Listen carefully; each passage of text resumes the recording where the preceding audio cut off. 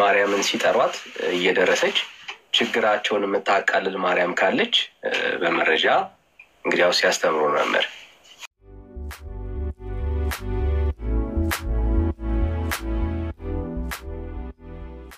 መምህር እንኳን ደህና መጣ። እንኳን ደህና ቆይ። እንዴት ነው? ሰላም? እግዚአብሔር ይመስገን። አሜን። ያው ከብዙ ጊዜ በኋላ ስለመጣ በጣም ደስ ብሎናል። በጭንቀት ጊዜ የምትደርስ ማርያም አለች? የጭንቅ ቀን ደራሽ መምህር? ለኦርቶዶክስ ተዋህዶ እምነት ተከታዮች አዎ አለች።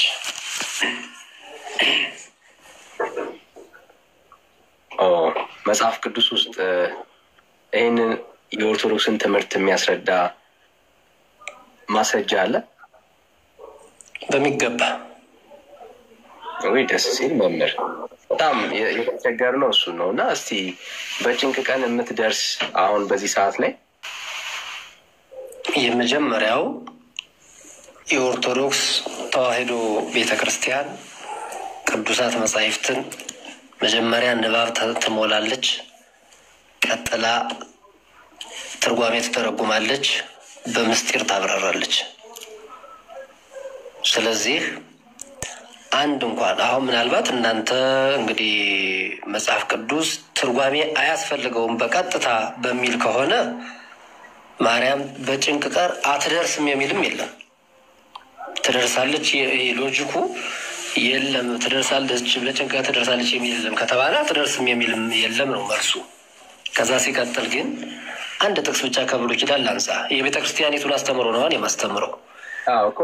መጽሐፈ ምሳሌ ምዕራፍ 3 ቁጥር 18 ላይ ያቆይ መምህር ጥያቄ ሲኖሩት ስለኛ ጥያቄ ሲኖሩት እኛን ይጠይቁናል። ችግር የለም።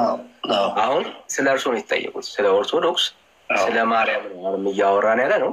ማርያም የጭንቅ ቀን ደራሽ ናት የሚል የአዲስ ኪዳን መጽሐፍ ቅዱስን ጥቅስ ጠቅሰው በዚህ ሰዓት ላይ ማርያም ለተቸገሩ ሰዎች ስለምትደርስ ወደ እሷ ጸሎት አቀርቡ፣ ጸልዩ የሚል በመጽሐፍ ቅዱስ ትምህርት ካለ አሳዩ። ችግር የለም። ለምሳሌ አልፎኮኔ መጽሐፈ ምሳሌ ምዕራፍ 3 ቁጥር 1 ላይ ለሚመረኮዛት የሕይወት ዛፍ ናት ይላል። ለምሳሌ ለሚመረኮዛት በተዋህዶ አስተምሮ ምርኩዝ ማለት በጭንቅ ጊዜ ላውጣው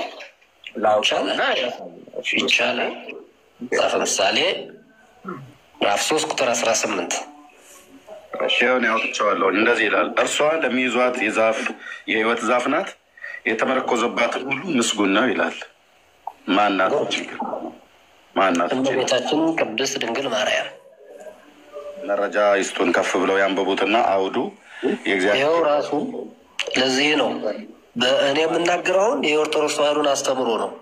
የመጽሐፍ ቅዱስ አስተምሮት ነው አሁን የጠቀሱት። የመጽሐፍ ቅዱስ ስለሆነ የመጽሐፍ ቅዱስ ላይ ነው የሚያወሩት። አሁን የእግዚአብሔር ቃል ነው። ይሄ ኦርቶዶክስ አስተምሮት አይደለም፣ የእግዚአብሔር ቃል ነው። እኛም ምን እግዚአብሔር ቃል እኮ ማለት የኦርቶዶክስ አስተምሮ ማለት እኮ የእግዚአብሔር ቃል ማለት ነው። ሌላ ምን አለ? ኦርቶዶክስ መምህር የጠቀሱት የኦርቶዶክስ መጽሐፍን አይደለም፣ የእግዚአብሔርን ቃል ነው። እኛ የኦርቶዶክስ መጽሐፍ ማለት እኮ የእግዚአብሔር ቃል ማለት ነው። ያኮ ያድምጡ። የጠቀሱት የኦርቶዶክስ የግል መጽሐፏን አይደለም፣ የኦርቶዶክስ አስተምሮትን ነው ብለው የሚሉት።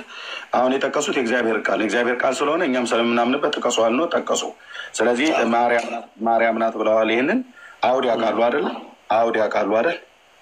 ምን ማለት ነው አውድ ማለት? አውድ ያውቃሉ አይደለ?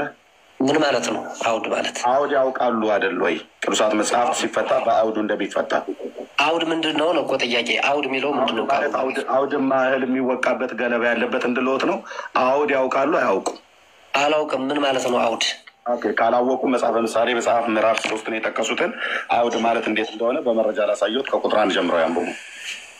አውድ የሚለው ምንድን ነው ነው እኮ መጀመሪያ ትርጉሙ። ከቁጥር 1 ጀምሮ አውድ ማለት እንዴት እንደሆነ ነግረውታል። አንብቡት። ከቁጥር 1 ጀምሮ ቁጥር 1 ላይ አውድ ማለት እንዲህ ማለት ነው ይላል። እሺ ላንብበው። የጠቀሱት እሺ አውድ ማለት እስቲ ጩኸት እንዳያበዙ ጩኸት ማለት ይሰራል። የሰለቸን ምሳሌ 3:18 ነው የጠቀሱት። ምሳሌ ሕጌን አትዘንጋ ልቡናህም ቃሌን ይጠብቅ፣ ይህንም ያደረግህ እንደሆነ የደስታና የሕይወት ዘመኖች ይጨመሩልሃል። ምጽዋት ሃይማኖት አይራቅህ፣ በክሳደ ልቡናህ አጽንተህ ያዘው፣ በልቡናህ ሰሌዳም ጻፈው።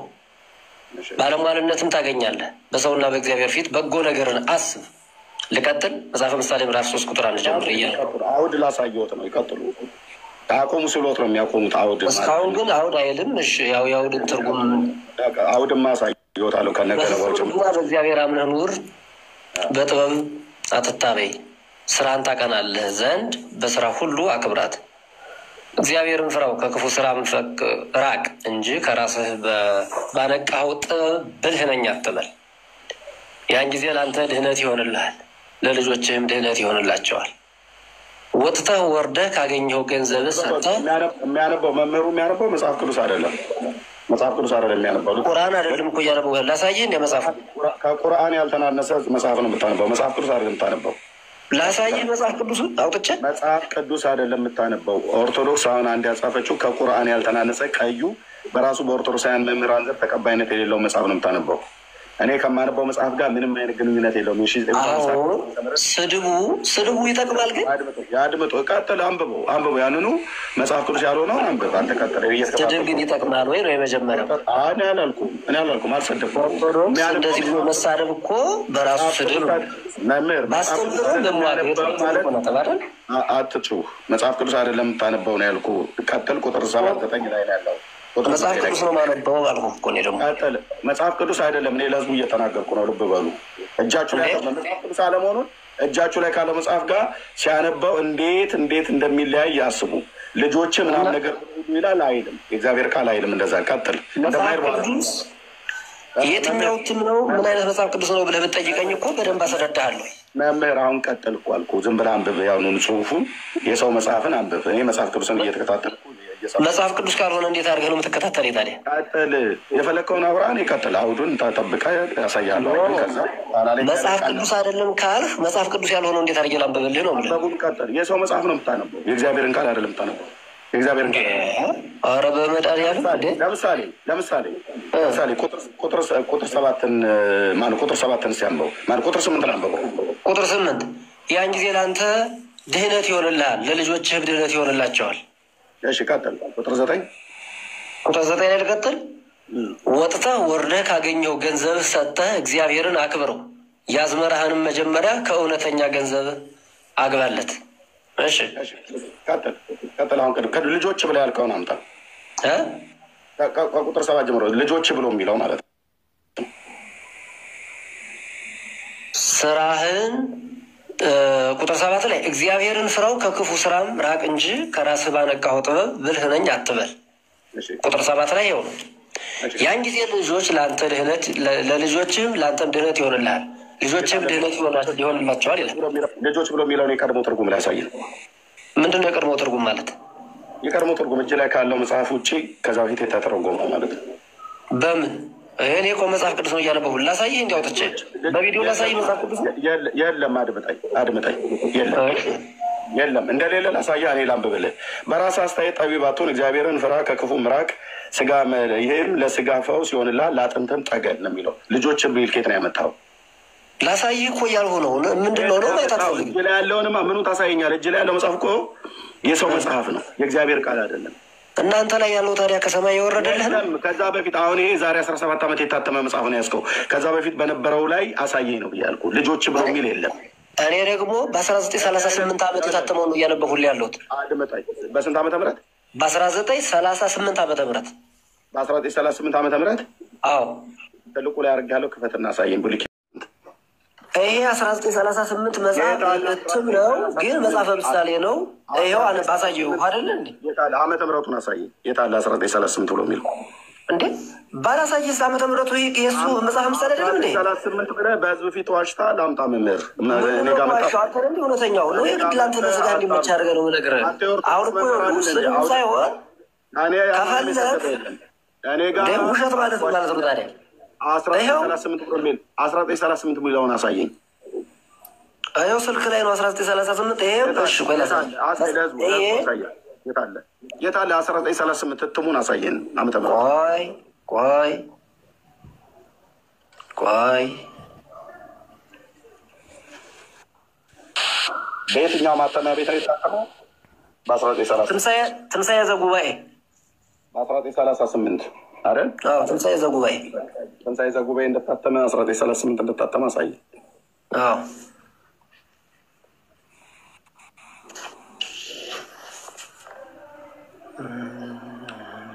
ትንሣኤ ነው ያሉት። ደግሜ ትንሣኤ ዘጉባኤ የኢትዮጵያ ኦርቶዶክስ ተዋሕዶ ቤተክርስቲያን መጽሐፍ ቅዱስ የሚታተምበት ማለት ነው። ታሳይናለህ።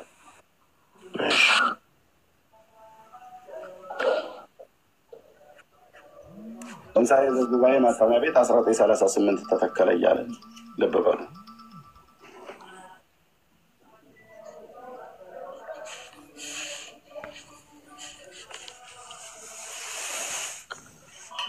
አንብበውታል ነበር እንዴ? ጠፋቸው?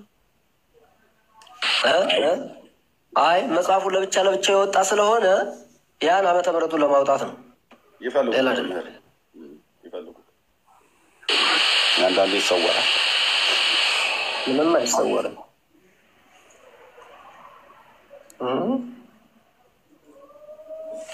ምንም አይሰወርም።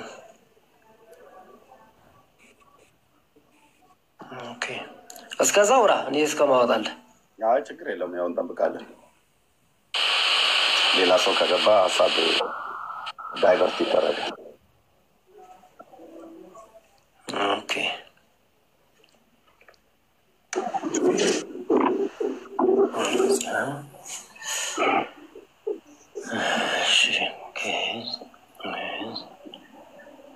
እስከዛ እኔ አየር እንዳልይዝ ነው እንጂን በሚገባው ብቻ ነው ማሳየህ።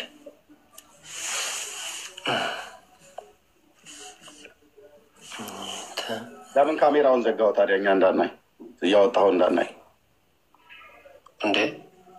ጠቅላላ ይታያል እንዲህ ሁሉ ነገር። ያው ማለት መጽሐፍ ላይ አይደል የምታወጣው? ሳጥንህን አትከፍትም መቼም፣ ቁም ሳጥንህን አትከፍትም። ለዛ ለማለት ነው። እና ከፍታው እዚሁ መመሪዬ እያየን እንትን ብንል ማለት ነው። ችግር የለም።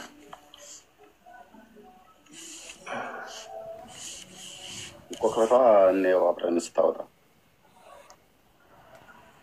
ችግር የለም። አወጣለሁ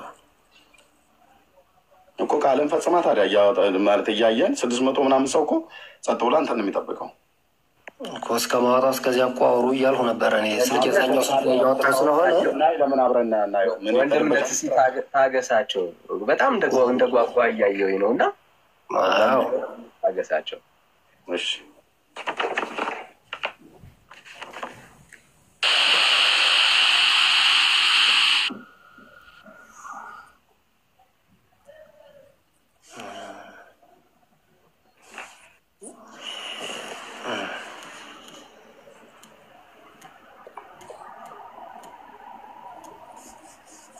ቁጥር ስንት ላይ ነበረ ልጆች ብሎ የሚለው ቃል ያለው መምህር?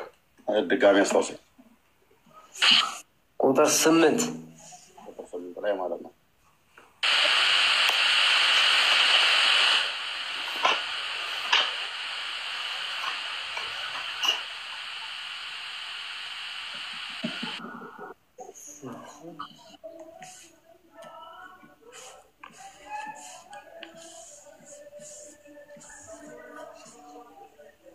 ኤርሜ ታፕታፕ እያደረጉ ኔትወርክ እንዳያስወርዳቸው ምናልባት ቅዱሳን ሁላችሁ ታፕታፕ እንዳይቆርጥ።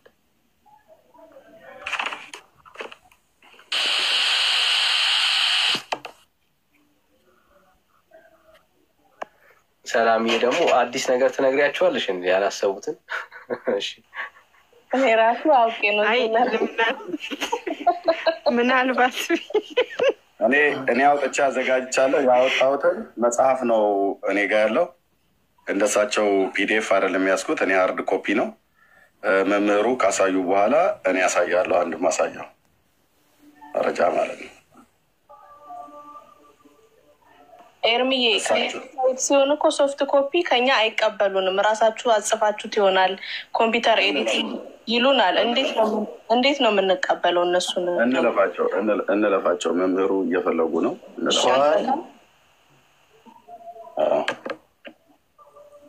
እኔ እየጨመሩበትም ሊሆን ይችላል። እኔ በእግዚአብሔር ቃል አልጨምርም። ሙሉውን ይሄኛው መጽሐፍ ለምሳሌ የሰሎሞን መጽሐፍ ለብቻው ስለወጣ ከዚያ ላይ ሙሉ መጽሐፍ ቅዱስ ለማሳየት ነው እኔ ያን እየፈለጉ ያለሁት። ያምጡት። እሺ የቤተክርስቲያን መምህር ስለሆኑ አይዋሹንም ብለን እናምናለን። እኔ ለማን ነው ዋሻው? ምንስ ከተሳሳተም አንድ ሰው ተሳሳተ ይባላል እንጂ ውሸትን ያመጣው። ሲቀጥል መጽሐፍ ቅዱስ ይሄ የሰው መጽሐፍ ነው እንጂ የእግዚአብሔር መጽሐፍ አይደለም የሚለውም በራሱ ትንሽ አንደበታችን በእውነት ትክክል አይመስልም። ዲያቆን ያረጋል አበጋዝ ምን አሉ መሰሎት? በዚህ አሁን በያዙት መጽሐፍ ጉዳይ ሌላ በዚህ በታተመው ውስጡን ለቄስ ነው ብሏል። እና ውስጡን ለቄስ የሚባል ነገር ያው እናውቀዋለን፣ ተቀባይነት የሌለ ማለት ነው። እና ያምጡት። እርሱ አሁን የ18 ብለው የ1938 ስለሆነ ብለው ያሉት በንጉሱ ዘመን የታተመ ነው። ብሉይና አዲስ ኪዳን ያምጡት እስኪ። ልጆቾ ብሎ የሚል ቃል ከየት እንዳመጡ እናያለን። እናመጣለን። እሺ ቆዩ ግን ምን ላሳይ? ካሜራውን እንዴት እየፈለጉ እንደሆነ እኮ ያሳዩን እኮ ብያልኩኝ። ምንም ዝም ብለን እንደው ሰው እንኳን ቢያንስ አይኑ ዝም ብዬ አይደለም ይኸው እየፈለጉ ነው። በጣም ብዙ መጽሐፍ ስላለኝ ለምን ካሜራውን አይከፍቶትም? ቅድም እንደቀድሞ እንትን ከፈቱ እኮ ይኸው እያሳዩ መሰለኝ። ብዙ መጽሐፍ ስላለ ስልቼ ላይ እሱን እየፈለጉት ነው። እርሶ የሚፈልጉት እኮ ቴሌግራም ላይ እኮ ነው። እና ታዲያ የተላከልኝ ለምሳሌ ያዩታል አይደለ? እዚህ ጋር ለምሳሌ አሁን ይሄ ሁሉ መጽሐፍ ቴሌግራም ላይ ነው ያለው እኮ። ማን ጽፎ እንዳስቀመጠው ራሱ የማይታወቅ መጽሐፍ ነው። ለእኛ በሀርድ ኮፒ አይደለም የሚያሳዩን። ይሁን እንግዲህ ታዲያ ቴሌግራሙ ላይ ጎረምሳ ሁሉ ጽፎ ያስቀመጠውን ኤዲት አድርጎ ያስቀመጠውን ጎረምሳ የሚጽፈው መጽሐፍ ቅዱስ የላትም የኢትዮጵያ ኦርቶዶክስ ተዋሕዶ ቤተክርስቲያን። በጣም ነው ያላት፣ በጣም ብዙ መጽሐፍቶች ነው ያላት። ግን እሱ በእናንተ አንደበት ነው፣ በቤተክርስቲያን ግን የላትም። ይፈልጉት በቃ በቴሌግራም የሚሆን በዋትሳፕ ተላክሎትን ይፈልጉት። እንደሱ ነው የሚባል እንጂ 38 ግን ጠፋ እስካሁን ድረስ። ያው 38 ደቂቃ አለ። ኤርሚ የህትመት አመቱ እኮ ከላይ ነው አይደል? ከመጀመሪያ ነው ያለው መጽሐፍ። እሳቸው ቴሌግራም ላይ መታየት ስለሚችል መግቢያው ላይ እዛ ላይ እንዲፈልጉ መጠቆም ይቻላል። ያንተንም ማሳይታቸው ምሳሌ ቴንክ ዩ።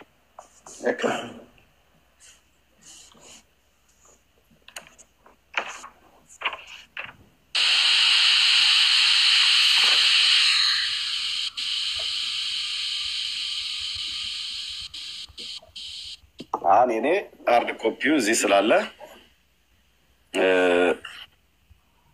ዓመተ ምሕረቱ በኢትዮጵያ ያው በ1839 ዓመተ ምሕረት ከታተመው እንደገና ታተመ ይላል።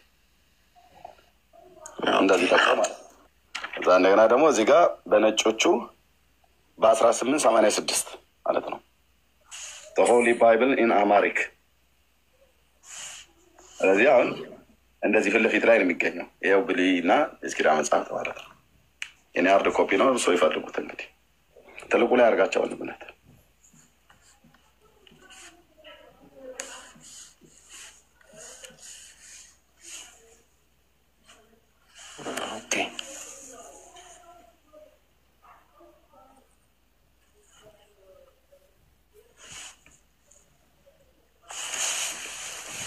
ይኸው ወዳጅ ይታያል አይደል? ቪዲዮን ክፈቱ ተባቡ። ይኸው 1938 ሚል ይታያል።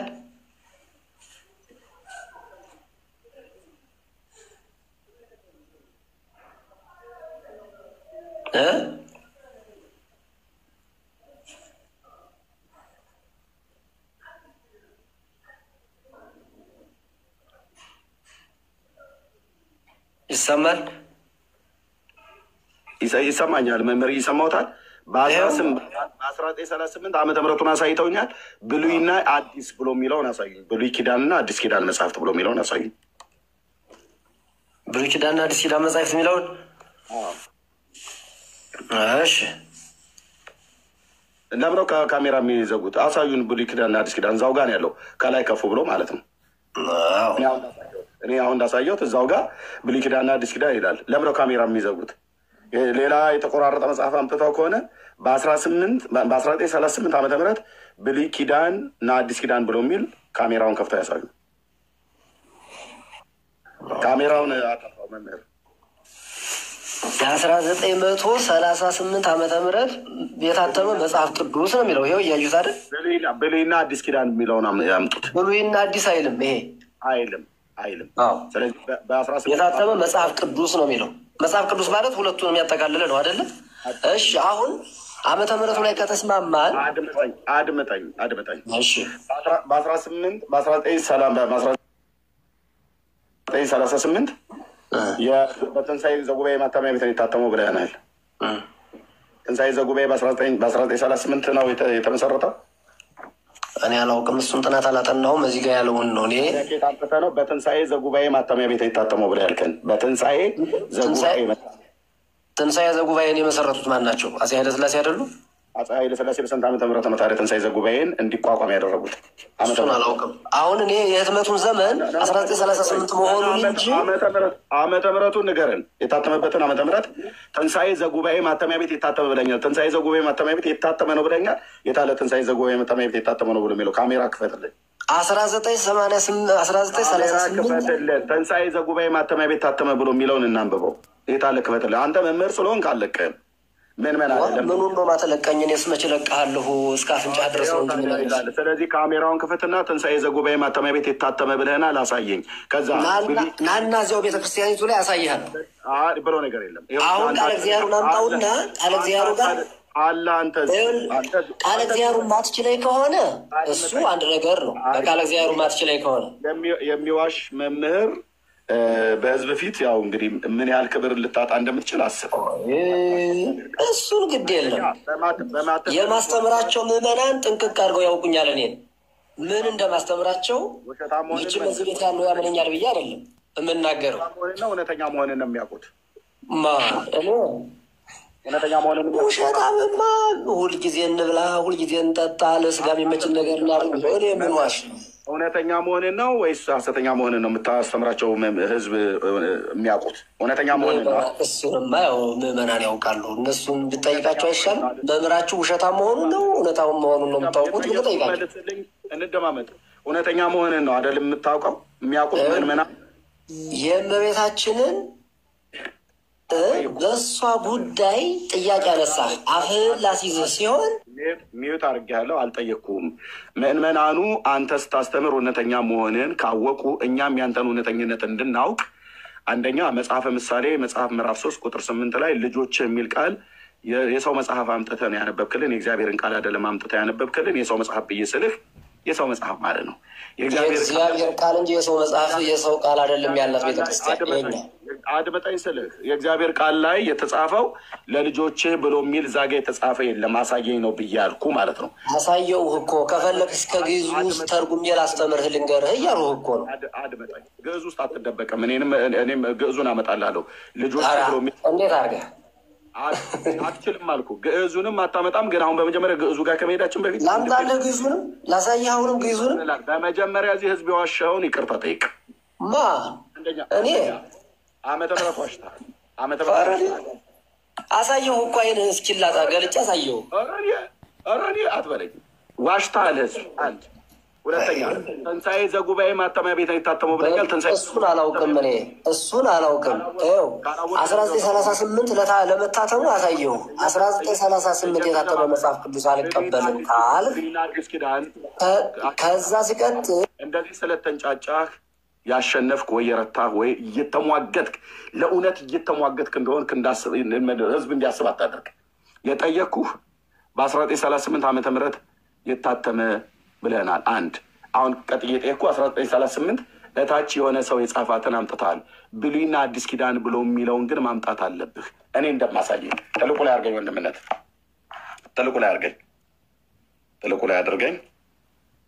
በደንብ ላስተምርህ። ይታያል። ብሉይና ሐዲስ ኪዳን መጽሐፍ በ1879 ዓመተ ምህረት ከታተመው እንደገና የታተመ መስቀል አለ። የመጽሐፍ ቅዱስ ማህበር ይላል። ኦኬ፣ እንዲህ አድርጋ አሳየኝ። በ1938 የታተመ ብሉይና አዲስ ኪዳን ብሎ የሚለውን አሳየኝ። ከዛስ የትንሣኤ ዘጉባኤ ማተሚያ ቤት ብሎ የሚለውን ታሳየናል። ምክንያቱም ትንሣኤ ዘጉባኤ ያልከው ራስህ ነህ። ትንሣኤ ዘጉባኤ የታተመው ብለህ ያልከው ራስህ ነህ። ትንሣኤ ዘጉባኤ ማተሚያ ቤት በ1938 ነበረ ወይ? በ1938 ነበረ ወይ? መረጃውን አምጣ። ብሉይና አዲስ ኪዳን ብሎ የሚለውን አሳየን። ኦኬ፣ ብሉይ እና አዲስ። ቴንኪው መምህር። ከዛ ምእመንህ አንተ እውነተኛ መሆንን እንዳወቅ ሁሉ እኛም አንተ እውነተኛ መምህር መሆንን እናውቃለን። ቴንኪው። አምጣው። ያው ትልቁ ላይ አድርጌያለሁ። እኔ እንዳሳየው አሳየን ለህዝብ። ትንሣኤ ዘጉባኤ ማተሚያ ቤት ታትሟል ብለናል። ትንሣኤ ዘጉባኤ በ1938 እንደታተመ እንደተመሰረተ መረጃውን ስጠኝ። ማይክን ክፍታ እና አውራ መምህር። በተነሳው ጉዳይ የጭንቅን ቀን ደራሽ ለሚለው መረጃውን አምጣ። ለቀጠፍክበት ለዋሸበት ውሸት አምጣ። እዚህ ቃለ ሕይወት ያሰማልን በልቤ በጤና ይጠብቅልን ብሎ የሚል ሆዴን የምሞላ ሆዳም አድርገው የእግዚአብሔር ቃል ናገር። ትልልቅ ውሸት መምህር፣ ትልልቅ ውሸት ዋሽተሃል ወይ? ህዝብ ይቅርታ። በዚህ በመንጫጫትና የሆነ ስድብ በመሳደብ የሚመጣ ለውጥ አይደለም ወይ? መረጃ ጭንቅ ቀን ደራሽ ማርያም አለች ለሚለው መጽሐፍ ሚዩት አድርጌያለሁ። ወይ መረጃ ስጠን ወይ ይቅርታ ጠይቅና ከዛ ወደ ሀሳቡ እንገባለን። ዳጸልሳ ነው ብለህ ካልከኝ እኮ አልፈሃለሁ። ዳጸልሳ የአንደበት ስህተት ምን ላይ ነው? አድምጠኝ። በግዕዙ ዳጸልሳን ይባላል የአንደበት ስህተት። አሁን እሱን ወሬ መቆፈር ውስጥ አትሄድ ብራዘር። የሚያወራ ሰው ማመሆኑ ነው። ወቅ በመጀመሪያ ዳጸልሳ ነው ብለህ ካልከኝ አሁን ተጨንቀህ ተይዛል። እስኪ ትድረስልህ ጥራት ማርያምን የጠየቅኩህን አምጣ መረጃ። ዳጸልሳ ነው ብለህ ካልከኝ አልፈሃለሁ። ጀግና ማለት እኔ የማደርግህ የምጠይቀህ ጥያቄ መልስልኝ። ደራሽ ማርያም የሚል እኮ ጥቅስ አመጣሁልህ። ያዝ ጨምር እያሉ አልደረሰችልህም እኮ ይኸው ተጨንቀህ እኮ እኔው ቃል ያዝ ጥቅስ በደንብ ማስታወሻ ሚዩት አድርጌያለሁ። እነዚህን ሁለቱን ውሸቶች ለምን ታደርገኛለህ? ታደርጋለህ በውሸቱ ይቅርታ ጠይቃለህ አትጠይቅም? ደግማ ውሸት አንተ ነህ እንጂ ቅጥፍጥፍጥፍ አድርገህ የዋሸህ። ያዝ ጥቅስ ልንገርህ። ታች ውረድ ሄድና ጠላህን ጠጣ። ጠላህን ጠጣ ሄድና የኢትዮጵያ ኦርቶዶክስ ቤተክርስቲያን መምህር ምን አለ? ሁለት ውሸት ነው የዋሸን። ሁለት ውሸት። አንደኛ በ1938 ዓመተ ምህረት የያዘው በትንሣኤ ዘጉባኤ ማተሚያ ቤት የታተመው ብሎ አለ። ትንሣኤ ዘጉባኤ ማተሚያ ቤት በዛን ጊዜ ተመስርቷል። አምጣ መረጃ አልኩት። መረጃውን አላመጣም አላውቅም አለኝ። ሁለተኛ የብሉይ ኪዳን የአዲስ ኪዳን መጽሐፍት ይላሉ የካላይ አልኩትኝ። አላሳየም። በጭንቅ ቀን ይኸው ከዚህ በላይ መጨነቅ ምን ይሉታል? አልደረሰችልህም። ድረሽልኝ እንኳን አላልካትም። አልደረሰችልህም። አንተው ራሱ ተጨንቀህ በህዝብ ፊት ወጥተህ ገብተህ ዋሽተህ ማለት ነው። ዋሽተህ እዛ የፈለጋችሁትን እንደምትሉ አይደለም። መረጃውን ስጠን መምህር። መልሰህ ልካል አስገባለሁ። መረጃውን ስጠን። እኔ እንደዚህ እንዳወራ አልፈልግም። መረጃ ስጠን። ሰው በአንደበት ስህተት ይሳሳታል። ዳጸልሳደራሽ ለመኖር መልስ ትፈልጋለህ አትፈልግም ነው ጥያቄው። የዋሻውን ውሸት ይቅርታ ጠይቅ። ምን ውሸት? የዋሻ አንተ ነህ፣ እኔ አይደለሁም የዋሻው። ከፈለግ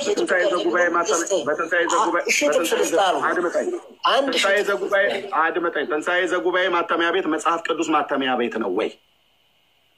እና ታዲያ ምን የቁርአን ማተሚያ ቤት ነው? ማንኛውም ኦርቶዶክስ በትንሣኤ ዘጉባኤ ማተሚያ ቤት መጽሐፍ ቅዱስ ያሳተመችውን ብሉይና አዲስ ኪዳን እናሳየኝ። ለምሳሌ አዲስ ኪዳን በትንሣኤ ዘጉባኤ ማተሚያ ቤት ያተመችውን አሳየኝ።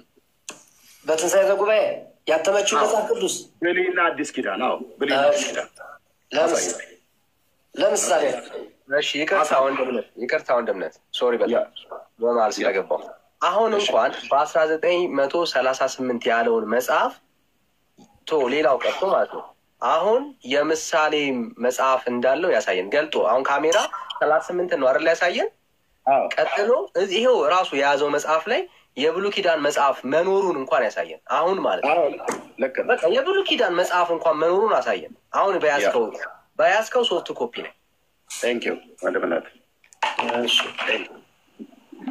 እንካው ሳይዘጉባይ እንደሚያሰጥነው እንደ ዳኒ አይነት ሐሳብ ነበረኝ እኔም እንዳላቋረጠ አክብሬ ነው ኤርሚዬ ራሱን ይዞ ይውረድ ወደ ምሳሌ ያሳየን አይ እየታየ ነው አይደል ካሜራውን ከፈተው እሺ ምን ይላል ምንድነው ከላይ ያለው መጽሐፉ ያንተም ተርጓሚ እኔ ያልኩ መጽሐፍ እኔ ተርጓሚ አይደለም ያልኩ ያንተም ተርጓሚ አይደለም ያልኩ መጽሐፉ ብሉይና አዲስ ኪዳን ብሉይና አዲስ ኪዳን መጽሐፍ ተብሎ ያት ይላል እኮ ይልካ አድምጠኝ ብሉይና አዲስ ኪዳን የመጽሐፍ ቅዱስ ነው እንጂ ያንተም ተርጓሚ ነው እኮ ነው መጽሐፍ ተብሎ ያት ይላል ከፈለግ ደግሞ እንባው ተረው አልተጠየቅም የጠየቅኩ ብሉይና አዲስ ኪዳን ቆይ ካሜራ ነው ላዞር ላሳይ አንተ መጽሐፍተንም ስለማታውቀው መጽሐፍ ቅዱስ አይደለም እና ምንድነው ታዲያ አድምጠኝ ይሄ አንድምታ ተርጓሚ ነው ወንድ ብለህ ትልቁ ነው ላሳይ ለምን ቪዲዮን ይዘጉታል ግን ቆይ ላሳየው ተውት ቆይ አረጋ ይታችሁ አድምጠኝ አንተ የምታውቀውማ ከሆነ እኔ ማሳየህ ሎክ እሺ አንዴ መጽሐፍ ቅዱስ የኢትዮጵያ ኦርቶዶክስ ተዋሕዶ 80 ያዱ ነው ልብ በሉ ማሳየው የ1954 ብፁዕ አቡነ ተክለ ሃይማኖት እትም ሁለቱም መጽሐፍ ቅዱሳቸው ነው ያለኝ ላይ ልብ በሉ የብሉይና የአዲስ ኪዳን መጽሐፍት ይላል ኦኬ አይ አንተ አሁን ዝም ብለህ ስማ መምህር የኢትዮጵያ ዝም ብለህ ስማ አልኩህ እንዴ አትበለኝ በየማከል ስማ ላንብበው ሚዩት አድርገው ስማ የኢትዮጵያ መጽሐፍ ቅዱስ ማህበር መጀመሪያ በብርሃንና ሰላም ማተሚያ ቤት ታተመ ይላል መጀመሪያ የታተመው ማለት ነው መጀመሪያ የታተመው በብፁዕ አቡነ ባስልዮስ ዘመን የነበረው ማለት ነው ይሄኛው ሴት ነው የታተመው ይሄኛው የታተመው ይህ መጽሐፍ ቅዱስ በዲሲአርኦ 53 በኢትዮጵያ መጽሐፍ ቅዱስ ማህበር ለኢትዮጵያ ኦርቶዶክስ ተዋሕዶ ቤተክርስቲያን ታተመ ይላል መቼ 1980 ዓመተ ምህረት ማለት ነው እናስ ዩናይትድ ባይብል ሶሳይቲ አፍሪካ ሪጂናል ሴንተር ይላል ኬንያ ናይሮቢ የኢትዮጵያ ኦርቶዶክስ ተዋሕዶ ቤተክርስቲያን ፓትርያርኩ ብፁዕ አቡነ ተክለ ሃይማኖት ፓትርያርክ ርዕሰ ሊቃነ ጳጳሳት ዘኢትዮጵያ 80 ያህዱ አንደኛው ይሄ ነው ማለት ነው የት ነው የታተመው ትንሣኤ ዘጉባኤ አይልም ልብ ብለህ ሰማኝ መምህራት ደርብ እንዴ ስለሱ መጽሐፍ ቅዱስ ጠየቁ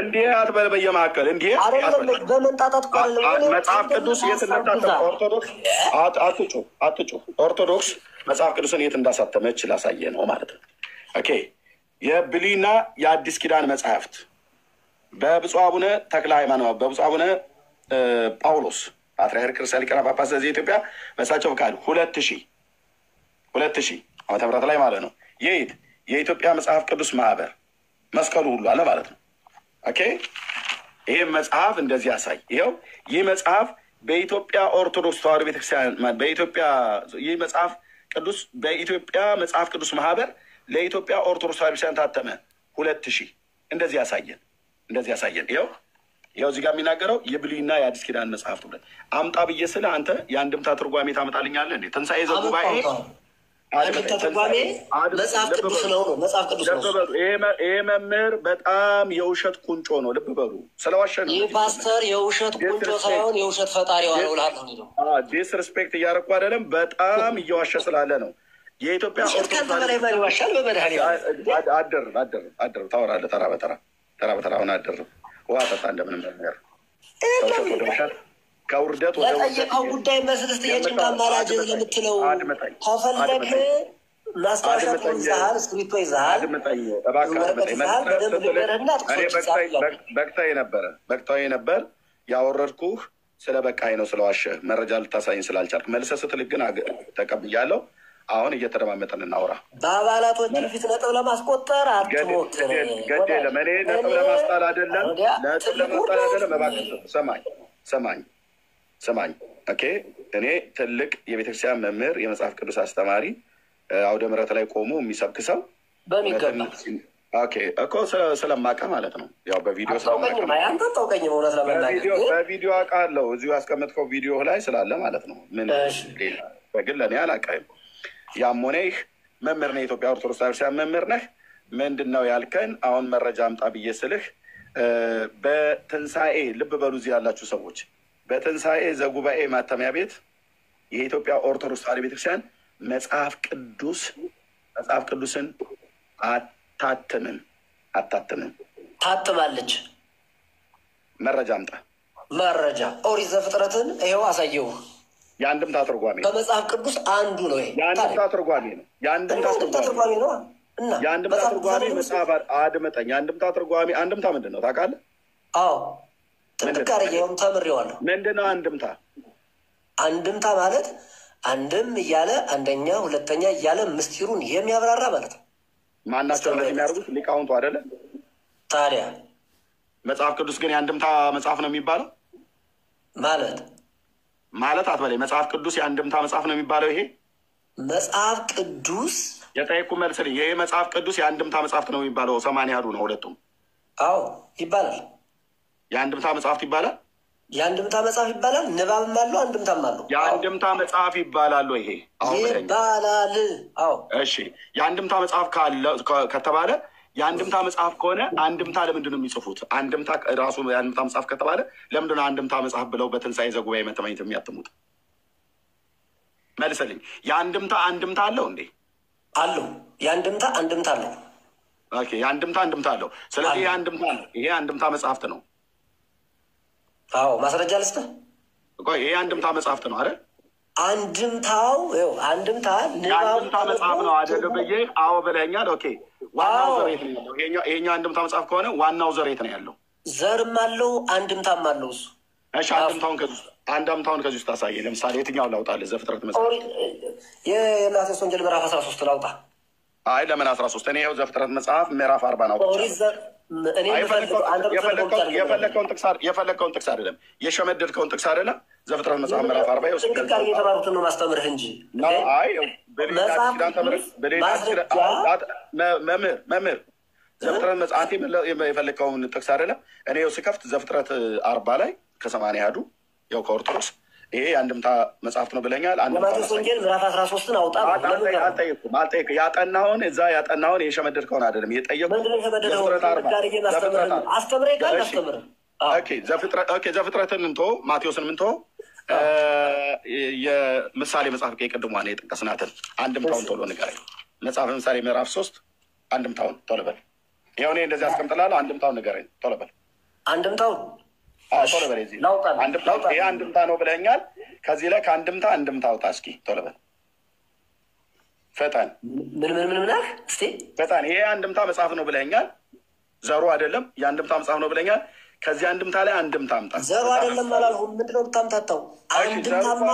አንድምታው የታለ? እሺ አንድምታው የታለ? አምጣልህ። አንድምታውን አሳየኝ። የእሱን አንድምታ ልተርጉምልህ? አምጣ። ይኸው ተርጉሞ። ይኸው ተርጉም። እዚህ ኬት ነው ይሄንን ሰሎሞን አትበለኝ። ይኸው ህግ ልጄ ሆይ ህግን አትርሳ ብሎ የሚለው አንብባ ርድተዋል። የአንድምታ ትርጓሜ ውስጠኝ ልብህ ትእዛዜን ይጠብቅ ብሎ የሚለው እሺ አትበለኝ። ቀጥል። ያወጣሁልህ ነው። ምንድን ነው የምታወራው? ምኑ ነው የምታወጣው? የምሳሌ መጽሐፍ የአንድምታ ትርጓሜ ሄደህ ልታመጣ ካሜራ ከፍተህ ልታነብ ነው። ከዛ አንድምታውን ደግሞ ላስረዳህ ነው። ለምን አንድምታው? ይሄው ራሱ አንድምታ ነው ብለኸኛል። ከዚህ ያሳየኝ። ይሄ ራሱ አንድምታ ነው ብለኸኛል። መጽሐፍ ቅዱስ ዘር አንድምታ ነው ብለኸኛል። መምህር ዛሬ መውጫ ማምለጫ የለም። ይሄ ራሱ አንድምታ ነው ብለኸኛል። እዚህ ጋር አንድምታውን አሳየኝ። በቤቱ በአባላቶች ይሄኛ ፓስተር እንደዚህ አድርጓል ለመባል ነው የፈለገው። አንድምታውን አሳየኝ። እዚህ ጋር አንድምታውን በነገሩ እኮ ምዕራፍ 13 አውጣ። አልተጠየቅክም። እንግዲህ እሷ ላይ ሄደ ማቴዎስ 13 ላይ ቆርባል ማለት ነው። በፍጹም አትሄድም እዛ። እሺ አንዴ ታደምጠኛለህ? ማነው ቴዳ? አንተ ታደምጠኛለህ? አንዴ ቴዲ። እሺ ቴዲ አንድ ደቂቃ ያሳይ። ቴዳ አንተ ግን አሁን አታሳየው፣ እሱ ያውጣው መጀመሪያ ፕሊዝ። አይ ሌላ ነው ማሳየው። ቅድም እሱ ያድፈነፈነውን ነው ማሳየው እኮ። እሱ ያሳየውን አንዴ እሱ እሱን ያውጣል። እችን ራሱ ያውጣል። ራሱ ያውጣል። አንተ አታሳየው ፕሊዝ። ኮንፊርም ታደርገናለህ። እሱ ግን አውጥቶ ያሳይ። እሱን ጠይቁት። የ1938 እንዳታሳይ ወንድምነት ራሱ ያሳይ። እሺ አንዴ እሺ ጥያቄ ልጠይቀው። ጤና ይስጥልኝ መምህር። ሰላም እግዚአብሔር ይመስገን። አሜን። እሰይ እግዚአብሔር ይመስገን። በ1938 ዓመተ ምህረት በኃይለ ሥላሴ ወይም ደግሞ በንጉሠ ነገሥት ቀዳማዊ ኃይለ ሥላሴ ፈቃድ መጽሐፍ ቅዱስ መታተሙ ይታወቃል። ያ መጽሐፍ ቅዱስ አዲስ ኪዳን ብቻ ነው ወይስ ሙሉ ብሉይ ኪዳንና አዲስ ኪዳን ነው? እስኪ ምን በ1938 ዓመተ ምህረት በቀዳማዊ ኃይለ ሥላሴ ወይም ደግሞ በንጉሠ ነገሥት ቀዳማዊ ኃይለ ሥላሴ ፈቃድ መጽሐፍ ቅዱስ መታተሙ ይታወቃል። እሺ ያ መጽሐፍ ቅዱስ ሙሉ ማለትም ብሉይ ኪዳን ወይም አዲስ ኪዳን ያለበት ነው ወይስ ደግሞ ነጠላ መጽሐፍ ነው? መጽሐፍ ነጠላ አይባልም። እያንዳንዱ ሲጀመር መጽሐፍ ቅዱስ አንድ ላይ ተሰባስቦ የተገኘ ነው እንዴ? የጠየቅኩትን አልሰሙኝም፣ እደግመዋለሁ። ሰምቻለሁ። እንግዲያውስ ይመልሱልኝ በቀጥታ። መጽሐፍ ቅዱስ የመጀመሪያው መጽሐፍ ቅዱስ ከኦሪት ዘፍጥረት እስከ ራዕየ ዮሐንስ በአንድ ላይ የተገኘ አይደለም ሲጀመር። እኔ የጠየኩት በ1938 ዓመተ ምህረት ታትሞ ለንባብ የበቃው በቀዳማዊ ኃይለ ሥላሴ ዘመነ መንግስት በእሳቸው መልካም ፈቃድ የታተመው መጽሐፍ ቅዱስ ብዬ ለይቼ ነው የተናገርኩት። ስለተናገርኩ ለይተው ይመልሱልኝ እባክዎት። በዛን ጊዜ የታተመው ሙሉ ማለትም ብሉይና ሐዲስ ነው ወይ ነው ጥያቄ። በእሳቸው ዘመን የታተመውን ብሉይ ኪዳን አወጣሁልህ አይደል? ሐዲስ ኪዳን ደግሞ ታሳየኝ ካለ አላወጡትም። ውሸት በትልቅ ሰውና በመምህር አያምርም። ይቅርታ አድርጉልኝ። ስለዚህ ንግግሬ አክብሮት ጋር ነው። ላሳየህ ወይ? በደስታ በ1938 የታተመው መጽሐፍ ቅዱስ አሁን ያነበብኩት መጽሐፍ ምሳሌ ያነበብኩት ነው። ይስሙኝ አንዴ ይስሙኝ እባክዎት። በ1938 ዓመተ ምህረት የታተመው መጽሐፍ ብሉይ ኪዳን ካለው እኔ በዚህ ሁሉ ሰው ፊት ውሸታም ልሁን የለውም። ቶሎ ብለው ቪዲዮ ያጠፉት አዲስ ኪዳን ብቻ ስለሆነ ነው። አለበለዚያ ቪዲዮ አያጠፉም ነበረ። ወንድሜ ኤርሚያስም ወደ መጽሐፍ ነው ወንድሜ ዳንኤልም ወደ መጽሐፈ ምሳሌ ይውሰዱት፣ መጽሐፈ ምሳሌን ያሳዩኝ ብሎ ሲሎት ወገቦትን ያያዙት ለዛ ነው። የለውም አልያዘኝም። ወንድሜ ዳንኤል እባክህ በትልቁ አድርግልኝ። ምን መሰለው አድርጋቸው እርሳቸውን። አሁን ከእርሶ የምንፈልገው በጣም ቀላል ነገር ነው። ካሜራዎትን መክፈት በጣም ቀላል ነገር ነው። የጭንቅ ቀን ደራሽ ማርያም አዲስ ኪዳን ትፈልጋላችሁ አትፈልጉም? ባጭሩ እኔ አሁን እዚህ 766 ሰው ስላለ አይደለም መምህርዬ። አሁን የእርሳችንን መምህርዬ መረጃ አምጣ አልከኝ። እየለመንኩኝ ነው እየለመንኩት ነው። ለማመን አያስፈልግም። አሁን ይህንን ጥቅስ ትፈልጋላችሁ መረዳት ወይስ አያስፈልጉም? ይስሙኛ የኔ አባት ይስሙኝ፣ እንሰማማ ግድ የሉትም። እንደ ቆንጆና ጣፋጭ ውይይት አድርገ ነው እንደው ለሰዎች የሚጠቅም ነገር እንድናደርገው። በ1938 የታተመው መጽሐፍ ቅዱስ ሐዲስ ኪዳን ብቻ ነው ወይስ ደግሞ ሙሉ ማለትም ብሉይ ኪዳንና አዲስ ኪዳን ነው? አጭር ጥያቄ ነው የጠየቁት። በጣም ጥሩ። እኔ አሁን ቅድም በ1938 የታተመውን አሳይቻለሁ አይደለ? አላሳዩማ እንዴ? ለምን ይዋሻሉ? በእርሶ ውሸት አያምርም። ልጆቹ ይዋሹ፣ ተማሪዎች ስለሆኑ ልጆቹ እንዴት መምህር ይዋሻል? የኔ ጌታ ነጥብ አስጥረው ሙታል። እባክህ እንዲህ አይነት በዚህ የሚጃጃል ሰው የለም። እኔ ስለ ነጥብ አላወራሁም እያልሁት ያለሁት። እሺ አሁን አንድምታውን ከሆነ አልፈልግም ማለት መጽሐፍ ቅዱስ ከኦሪት ዘፍጥረት እስከ ራዕየ ዮሐንስ ድረስ አንድ ጊዜ ጥንቅቅ ብሎ የተጻፈ መጽሐፍ የለም። ሁሉም በየጊዜው የተጠረዘ መምህር የወሎት ምንም እንኳን እንደርሶ እስከ ቆሎ ትምህርት ቤት ባልደርስም ምናልባት እርሶ ደርሰው ከሆነ ማለት ነው በቤተ ክርስቲያኒቱ ያደግኩ ስለሆንኩ የካህናትን ብልጠት በደንብ አውቀዋለሁ። የጠየቅኩት በጣም ግልጽ ጥያቄ ነው። ስድብ ነው። ካህናት ብልጦች አይደሉም፣ አስተዋዮች፣ የተረጋጉ እግዚአብሔርን የሚፈሩ። እርሶ እንደፈለጉ ይተርጉሙት። አሁን ለአንተ ስላልተመቹ ብልጦች ሊባሉ አይችሉም። እሺ አልኩኝ። ይስሙኝ። አሁን ይስሙኝ። የጠየቅኩት በጣም ግልጽና ቀጥተኛ ጥያቄ ነው። አንድ ጥያቄ ልጠይቆት ለመጨረሻ ጊዜ። ስሞት ማን ነው መምህር? እባክዎ ምንም ስሜ ይኸው እዚህ ጋር አለልህ አይደል? ምን እኔ እንጃ፣ ምናልባት አይኔን አጭበርብሮኝ ነው። እባክዎትን ስሙን ንገሩኝ። ስሜ በቃ የወንጌል አስተማሪ ነው ስሜ። የወንጌል አስተማሪ።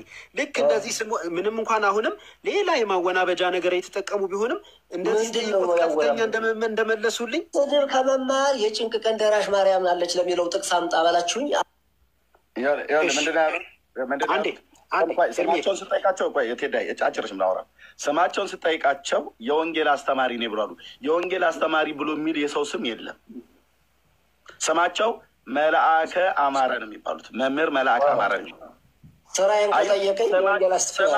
ስማቸውን ሁሉ ነው የሚዋሹት። ስማቸውና ግብራቸውን የማይለዩ ሰው ናቸው። ግብር አይደለም የተጠየቁት። የወንጌል አስተማሪነት ግብር ነው። ስም ግን እንዲወስድ ብሎ የተካናችሁበት ያድምጡ። ዛሬ የውርደት ቀን ነው። የራሱ የገባሁት ስሞትን እንኳን አላዋቂ እያደናገራችሁ ስትስቡ አይቼ ነው የገባሁት እንጂ እናንተን እኔ መከራከር አቅም እንደሌላችሁ አውቃለሁ። ያላዋቂው መምህር መጥቷል። እኛ አላዋቂ ነን። ማርያም አለች ለሚለው መልስ በካላችሁ በሚገባ አላስተምራችሁ። እሺ አልኩኝ። እኔ የእውነት በጣም ደስተኛ ነኝ።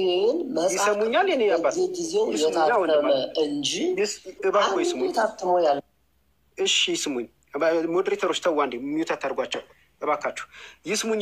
እኔን ይስሙኝ። አንድ ደቂቃ የማይሞላ ነገር ይስሙኝ። ፍቃዶት ከሆነ ልቀጥል። ይቀጥሉ።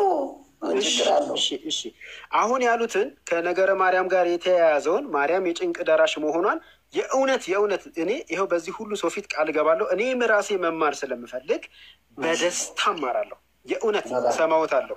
እያንዳንዷን ነገር እንድታስረዱ እድል ፈቅድ ሰጦታለሁ። ያ ብቻ አይደለም፣ ጥያቄ ካለብኝም ልጠይቆት ብዬ እያስፈቀድኩኝ እንዲያስረዱኝ ያደርጋለሁ።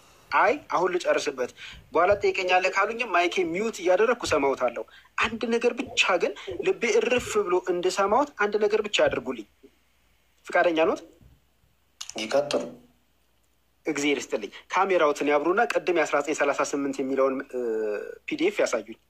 አሳየው እኮ አሳይቼ ግዴፍ አሳዩኝ። አሁን አልፈልግም አሉ እኮ የእርስዎ ጓደኛ። አይ አንድምታውን አይደለም ያልኩት። አንድምታው መጽሐፍ ቅዱስ አይደለም። እናንተ ስላላችሁት መጽሐፍ ቅዱስ አይሆንም። አንድምታው መጽሐፍ ቅዱስ መጽሐፍ ቅዱስ ነው አለኝ። አንድምታው አለኝ። የማን አንድምታ ላውጣሉት? የማን አንድምታ ላውጣሉት? አለኝ አንድምታ። ምን በትንሣኤ የታተመ ነው? በትንሣኤ የታተመ ሁሉም አንድምታ አለ። ከዛ ፍጥረት ጀምሮ እስከ መጽሐፈ ሄኖክ ድረስ ያለው አንድምታ አለኝ። ሁሉም አንድምታ አለኝ። የማንን ላውጣሉት? በምን ጉዳይ? አይ አንድምታው ስላሉ አንድምታው ብርቅ እንዳልሆነ ያሳዩት። የጠየቁትን ግን ለመመለስ ፈቃደኛ ያልሆኑበትን ምክንያት ምን ብሎ የነበር መጽሐፍ ቅዱስ አሁን ከኔ ጋር ለማውራት ፈቃደኛ ሆነዋል አይደለ? ከኔ ጋር ተስማምተዋል። እርሱን ይተዉት። ካስፈለገ ከገስት ላይ እሱን ማስወረድ ይቻላል። አሁን የጠየቁት እባክዎ ስለ መድኃኔዓለም እንደው ስለ ጭንቃማራቱ ስለ መቤታችን እማራለሁ አልኩኝ እኮ ስለ ማርያም ሊያስተምሩ እማራለሁ። እባክዎትን ካሜራዎትን አንዴ ከፍተው የ1938 አላበራም የጭንቅ ቀን ደራሽ ማርያም አለች ለሚለው መማር ከፈለጉ ልምጣ። ምክንያቱም የማያበሩበት ምክንያት ምን እንዳለው ልንገሮት። ምንም አያስፈልግም። አሁን 816 እዚህ ጋር ተከታይ አለ። ውሸት ስለዋሹ ነው። በቃ ሄዲ ክፈተው። የ1938 እጃቸው ላይ ያለው ሄዲ ክፈተው። እጁ ላይ ስላለ ማለት ነው። ጎሄድ እርሳቸው ፒዲኤፍ እንዳሳዩት ነው። ሌላ መጽሐፍ ነው ያመጣኸው እንዳይሉ ከዚህ በኋላ ድምፆት እንዳይሰሙ ከዚህ በኋላ ማይክ ይህን ያክል ተለምነዋል። ማይክ ትልቅ ሰው ነው ታዲያ እንከባበር። ወደ ትምህርቱ እንሄዳለን። ተለመኑ፣ በጣም ተለመኑ። ምክንያቱ የተለመኑበት ምክንያት ውሸቶትን ለመሸፋፈን ስለፈለጉ ነው። ከእናንተ የበለጠ ውሸት አለ እንዲ እንደዚህ ማጭበርበር እኮ ነው። እሺ አንዴ ይታገሳሉ። እሺ ይታገሱ። የመጽሐፍ ቅዱስ ጥቅስ ልስጣችሁ የጭንቅ አማራጭ ለሚለው አልኩኝ። በቃ ሌላ ምንድን ነው? እሺ አልኩኝና እባክዎ ይታገሱ አልኩኝ። እሺ አልኩኝ እኮ እኔ። እሺ እባክዎት፣ እሺ ግን እባክዎ ታገሱ። እግዚአብሔር ይስጥልኝ ስለታገሱኝ አመሰግናለሁ። እርሳቸው መጽሐፉ በነገራችን ላይ የታተመው ፕሪንት አውቶ አለኝ። በጣም ውድ መጽሐፍ ቢሆንም እግዚአብሔር ረድቶኝ ገዝቼዋለሁ። ነገር ግን እርሳቸው ፒዲኤፍ ስለሆነ ያሳዩት በትክክል እርሳቸው ያሳዩትን ፒዲኤፍ ነው ማሳያችሁ። እሳቸው ሲያሳዩ ይሄንን ፊርማ አስተውላችሁታል። ከዛ በኋላ እዚህ ጋር ነው ዙም አድርገው ያሳዩን። ይኸው የ1938 ተመልከቱን ያሉት አይደለ? ኦኬ ራሳቸው የያዙት መጽሐፍ ነው ያዝኩት ማለት ነው። እንግዲህ ውስጥ ቃናል አድርገው ምን እንደሚል ለግርማዊ ቀዳማዊ ኃይለ ሥላሴ ምን ይላል? ቤተሰቦቼ የአዲስ ኪዳን በግርማዊ ቀዳማዊ ኃይለ ሥላሴ ንጉሠ ነገሥት ዘኢትዮጵያ መልካም ፍቃድ ታተመ። እኔም ይህን ስላወቅኩ እኮ ነው ቅድም ወጥሬ ያስኳቸው። ውሸት በትልቅ ሰው ሊያውም በሃይማኖት አስተማሪ አያምርም። መግቢያውን አንብብልን ሄዳይ፣ መግቢያውን አንብብልን ፕሊዝ።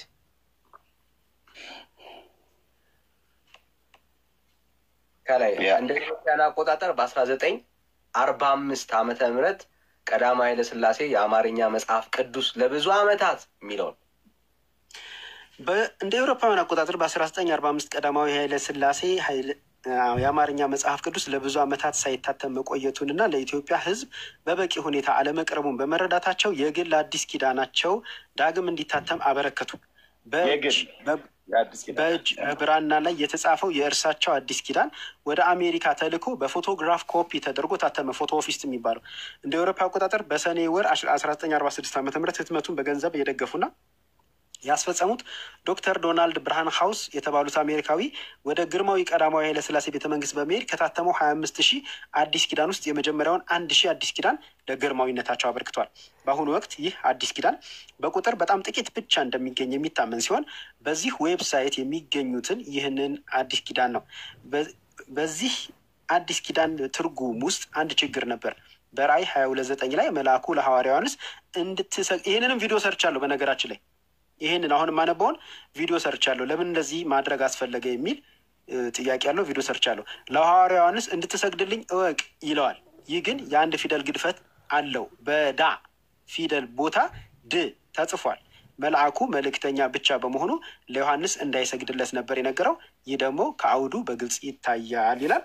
ይህንንም ፔጅ ውስጥ ማግኘት ይቻላል። ይህንን ለምን እንደዚህ ማድረግ አስፈለገ የሚል ሌላ እዚህ ጋር አንድ ከዚህ መግቢያ ቀጥሎ ያለው ምንድነው? ቀጥሎ ያለችው 15ኛው ገጽ እንትን ቅድሙ ነው ከቨሩ አዲስ ኪዳን ብሉይ ኪዳን የሚል የለውም ማለት እስኪ በደንብ ይታይ። ፈጽ የለውም ነገርኩህ እኮ ኤርሚዬ፣ ብዙ ሺህ ብር አውጥቼ ነው መጽሐፉን የገዛሁት። አለኝ እጄ ላይ ራሱ ፕሪንት አውቱ ራሱ አለኝ፣ መጽሐፉ የታተመው ራሱ አለኝ። እና እሳቸው እንዲህ ሲሉ ትንሽ ስለከበደኝ ነው። ሌላው ደግሞ ምን የሚል ነገር ተናገሩ እሳቸው ኤርሚ 80 አሐዱን በ2000 ዓመተ ምህረት ያለውን 80 አሐዱ ሲያሳያቸው አንድምታ ነው ብለው አንድምታ ለመሆኑን ዋቢ የጠሩት ከ81 መጽሐፍ ውስጥ አንድ ጥቅስ ማቴዎስ ወንጌል ምዕራፍ 13 ምናምን የሚል ነው። አንድ ወንጌል ቅዱስ የሚባል አንድምታ አለ። የአንድምታ እርሳቸው ቪዲዮ ከፍተው አሁን ሊያሳዩ ይችላሉ? አይችሉም። ምክንያቱስ የላቸውም፣ እየዋሹ ስለሆነ ማለት ነው። ሌላስ የዋሹት ነገር ምንድን ነው? በትንሣኤ ዘጉባኤ ማተሚያ ቤት መጽሐፍ ቅዱስ ታትሟል የሚለው ነው። ይህም ሌላ ትልቅ ውሸት ነው። እውነት ነው፣ በትንሣኤ ዘጉባኤ ማተሚያ ቤት 2 ጊዜ አዲስ ኪዳን ታትሟል። አንደኛው ግዕዝና አማርኛ ያለው ማን ነው? 4 አይና የሚባሉት ሊቀ ሊቃውንት አሁን አርፈዋል። አይነ ስውሩ የዲማ ጊዮርጊሱ አለቃ እያሌው የዲማ ጊዮርጊሱ አለቃ እያሌው ጊዜ ሊስትልኝ በአለቃ እያሌው ፈቃድ ጊዜ ግዕዝና አማርኛ ሆኖ የታተመ አለ። ሌላኛው ደግሞ በአቡነ ጳውሎስ ጊዜ የታተመ አዲስ ኪዳን ብቻ ዘሩ ብቻ ምንድን ነው አማርኛው ብቻ ምንም ለውጥ የሌለው የታተመ አለ። ከዛ ውጪ ግን በምንም አይነት መንገድ መጽሐፍ ቅዱስ ታትሞ አያውቅም። አንድምታዎች ታትመዋል። አንድምታ በዚህ ዘመን ቋንቋ ላወራው ማብራሪያ እንጂ መጽሐፍ ቅዱስ አይደለም። የመጽሐፍ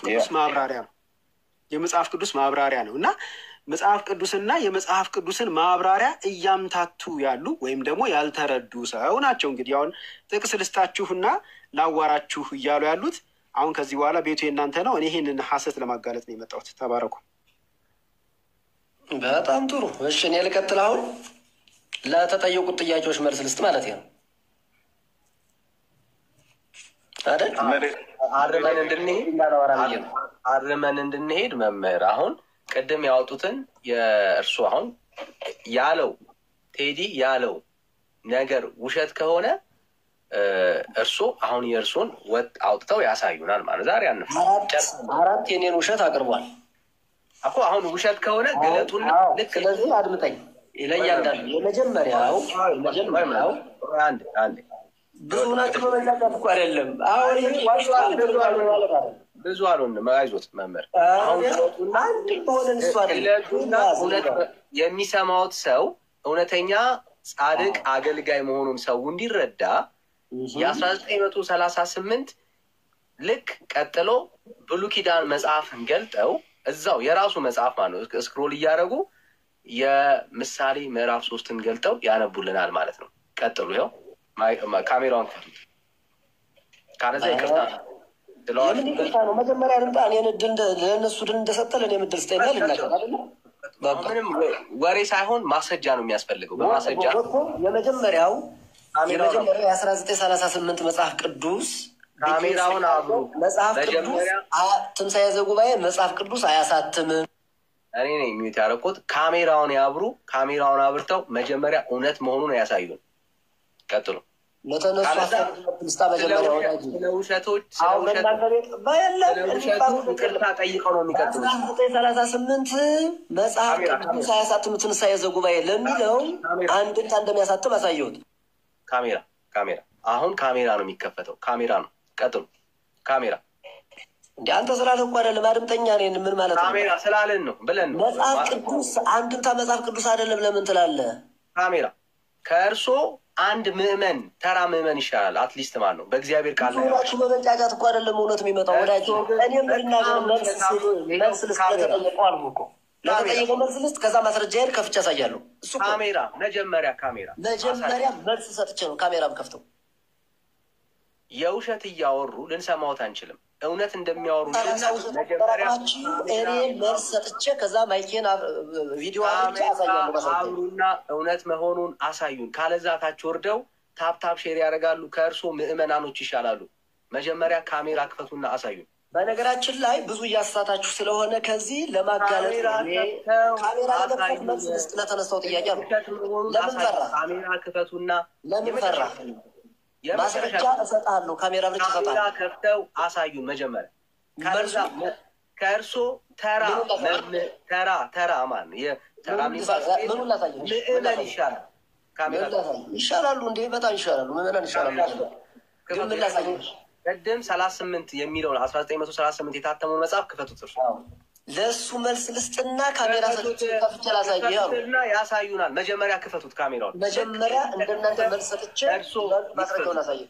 ለምን ፈራ? የውሸት መልስ አንፈልግም። በመረጃ ነው የምንፈልገው። እውነት መልስ ነገር ስማይ ነው እውነተኛ። ምን አስፈራል? እርሱን እናንተ ቤት የሚጠይቃችሁ ሰው የለም። እዚህ ግን በመረጃ ነው። መልስ ልስጥህ። ይኸው ክፈቱት። ይኸው ልክ እንደዚህ ቀደም እንደከፈቱት አሁን ክፈቱት። ግን መልስ ልስጥህ መጀመሪያ ለተጠየቁ ጥያቄዎች። ምን አስፈራል? ይኸው እንደዚህ እንደከፈቱት ክፈቱት። ለተነሱ 4 ነጥቦች እድል ሰጠኑት።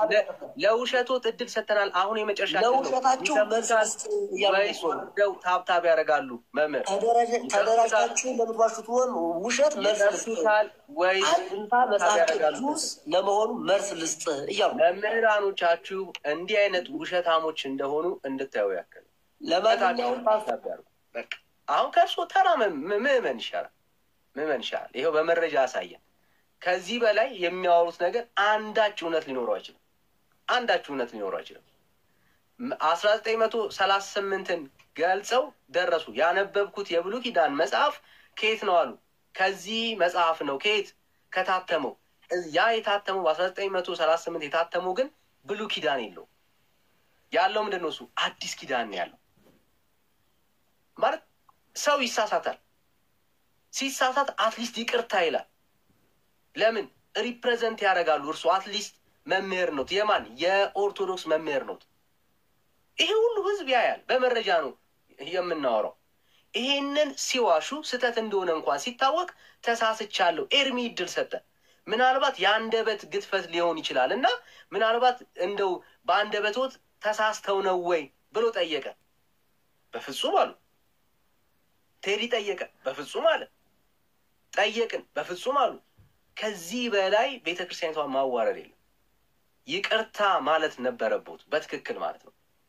እንዲህ አይነት ውሸት በእግዚአብሔር ቃል ላይ መጽሐፍ ቅዱስ ከመጀመሩ ነው አንድምታ ተብሎ የሚታወቀው። በፍጹም ይሄው በ1938 የታተመው የት ነው አሉ? በትንሣኤ ዘጉባኤ ሊያሳዩን ግን አልቻሉ። ይሄ ውርደት ነው ለእርሶ ማለት ተገቢ አይደለም። እንደዚህ ብን ልናወራት አልፈለግንም ነበር እና ሌላ ምዕመን ካለ ምዕመን ገብቶ ያወራል። ከእርሶ ምዕመን ነው የሚሻለው። ወንድምነት በጣም የሚገርምህ እንደው በቤተክርስቲያኒቱ ተራ እንኳን የሚባሉ ሰው አይደሉም። ይኸውልህ ትልቁ ላይ አድርገን ተራ እንኳን የሚባሉ እንደ ተራ ዝም ብሎ ምናምን ነገር የሚባሉ ሰው አይደሉም። በአብነት ትምህርት ቤት ያለፉ ሰው ናቸው። ማለት ዝም ብሎ መምህር ተብሎ እንደሚጠራው አይደለም። እኚህ እሳቸው ናቸው። እዩ ቪዲዮቸው ማለት ነው። ጉልበታምም እንደነሱ የለም። ጅብ ጉልበተኛ ነው፣ ግን ፈሪ ነው። እንደ ጉልበቱ ማን ከፊቱ ይቆም ነበር? እኚህ እሳቸው ናቸው። እኚህ እሳቸው ናቸው። ከድምጻቸው ውጭ እሳቸው ናቸው። አሁን እኚህ ሰው በአብነት ትምህርት ቤት ምናልባትም መርጌታም ይሆናሉ። ጉባኤ ዘርግተው ቅኔ ወይ ቅዳሴ ወይ አቋቋም የሚያስተምሩም ሊሆን ይችላሉ። ወይ ቅኔ አቋቋም የተማሩ ሰው ናቸው። በቅኔ ማህሌት ውስጥ መቋሚያና ጽናጽን ይዘው እንዲታያሉ ማለት ነው። የተማሩ ሰው ናቸው ማለት በቤተክርስቲያኒቱ ግን ይዋሻሉ። ያው እዚህ ጉባኤ ታኦሎጎስ ብሎ የሚል እሳቸው ናቸው። ሳምንታዊ ጉባኤ ያው ጉባኤ ታኦሎጎስ መምህር መልአክ አማረ ይባላሉ። ስማቸውን ቴዲ እንኳን ስጠይቃቸው ወንጌል ሰባኪ ነኝ ብሏል። ግብርና ስምን እንኳን ራሱ ለይተው አያውቁም ብለን ለመዋሸት ነው የፈለጉት። ሰው ምን አለ በዳጸ ልሳን እኮ አለ ከእኛም ከእነሱም ከማንም ማለት ነው። የአንደበት ስህተት እና ተራ ሰው እንኳን አይደሉም በቤተክርስቲያኒቱ ማለት ነው። እንዲህ አይነት ውሸት ከኦርቶዶክሳውያን እንደው ምዕመን እንኳን ቢሆን ይጠበቃል። ውሸት በማንም አያምርም፣ ግን መምህር ተብለው እንደዚህ መዋሸት በጣም ነው የሚያሳፍረው። እኚህ ሰው ናቸው መምህር መልአክ አማረ ማለት ነው። በኢትዮጵያ ኦርቶዶክስ ቤተክርስቲያን ሰባኪ ናቸው። አውደ ምሕረት ላይ እዚህ መጥተው አንድ ውሸት አይደለም የዋሹት ወንድሞች እናቶች፣ 3 እና 4 ውሸት። ለአንዱም ይቅርታ አይጠይቁም። ትዕቢተኛ ናቸው። ትህትና ላጠፉት ጥፋት ተሳስቻለሁ ብሎ ይቅርታ መጠየቅ ነው። እና ቴንኪ ወንድምነት ቀጥል። እሺ ወንድምነት። እሺ ዘማሪት እንዴት ነሽ? እግዚአብሔር ይመስገን። ሰላም ለእናንተ ይሁን። ደህና ነን። ሁሉ ሰላም እግዚአብሔር ይመስገን። እሺ አይ አሁን ድንገት ሳልፍ ነው እና እጅግ በጣም የተከበሩ የምንወዳቸው የምናከብራቸው በጣም ትሁት የሆኑት መምህር ይዋሻሉ ምናምን የሚል ነገር ሰምቼ በጣም ገርሞኝ እኮ ነው። እናንተ ቤት ስለማትጠይቁ መዋሸታችሁንም ማወቅ አልቻላችሁም። እንግዲህ ሌላ ትምህርት ደግሞ በጣም ብዙ ትምህርት ይዋሻሉ ማለት ነው። ይኸው በአደባባይ በመረጃ እየተጠየቁ ያንን መረጃ ማሳየት አልቻሉም። ያሳዩት መረጃ ደግሞ የሌላ ሀሳብ መረጃ ነው ለማምጣትና ለማምታታት የሞከሩትና አሁን ጠይቁ። እስከዛሬ ያልጠየቃችሁም ከዚህ በኋላ ጠይቁ። ስትጠይቁ እንዴት እንደሚዋሿችሁ በደንብ ማስረጃ ታያላችሁ ማለት ነው። እና ይኸው ሲጠየቁ ነው እኛም አልመሰለንም ነበር። በማስረጃ ስንጠይቃቸው ነው እየዋሹ መሆናቸውን ያወቅ ነው ማለት ነው። እና ለምን ራሳቸውን ለምን አታስገባቸውም? ማስረጃ ጠይቂያቸው ድል እንሰጣቸዋል። እኔ ልውረድ ይግቡና እንትን በላቸው። ከገቡ አንቺ ተገቢ አይደለም። ዘማሪት ከገቡ እድል ስጧቸው ብለሽ ካልሽ እንሰጣቸዋለን። አንቺ እዚህ ሆነሽ አቤል ይወርዳል። ሰው ዝም ብሎ እንደዚህ እጅግ በጣም የምናከብራቸው መምህር መዝለፍ እኔ ተገቢ አይደለም። በጣም ነው የገረመኝ። በጣም ትሁት ሲበዛ ማለት ነው። አሁን እኔ እናንተ እኛም ደንግጠናል። እኛም በጣም መምህር ነው። ኦኬ ይግቡ። እሺ ይምጡ መምህር። ያው ዘማሪት እየጠራችሁት ነው። ኑ ግቡ። እኛም ደንግጠናል ማለት ከእንደዚህ መምህር እንደዚህ ያክል ውሸት ኤክስፔክት አላደረግንም። በጣም ያስደነግጣል። አንቺ እንደደነገጥሽው ከአንቺ በላይ እኛ ደንግጠናል። አክብረን በመምህር ደረጃ ነው እያወራን የነበር። አለ አንድ ቦታ መምጣት ይችላሉ። ዳጸ ልሳን እኮ ይባላል እኮ። ዳጸ ልሳን እኮ በጣም ብዙ አለ። ዳጸ ልሳን ነው ይበሉ አልልም። ይቅርታ ይጠይቁ አልጠይቅም። 2 ውሸት ዋሹ። እዚሁ 800 ምናምን ሰው እያየ ካሜራ ከፍተን እያሳየን ነው። ይምጡ፣ ከመጡ ይምጡ። አይመጡም ግን አይመጡም።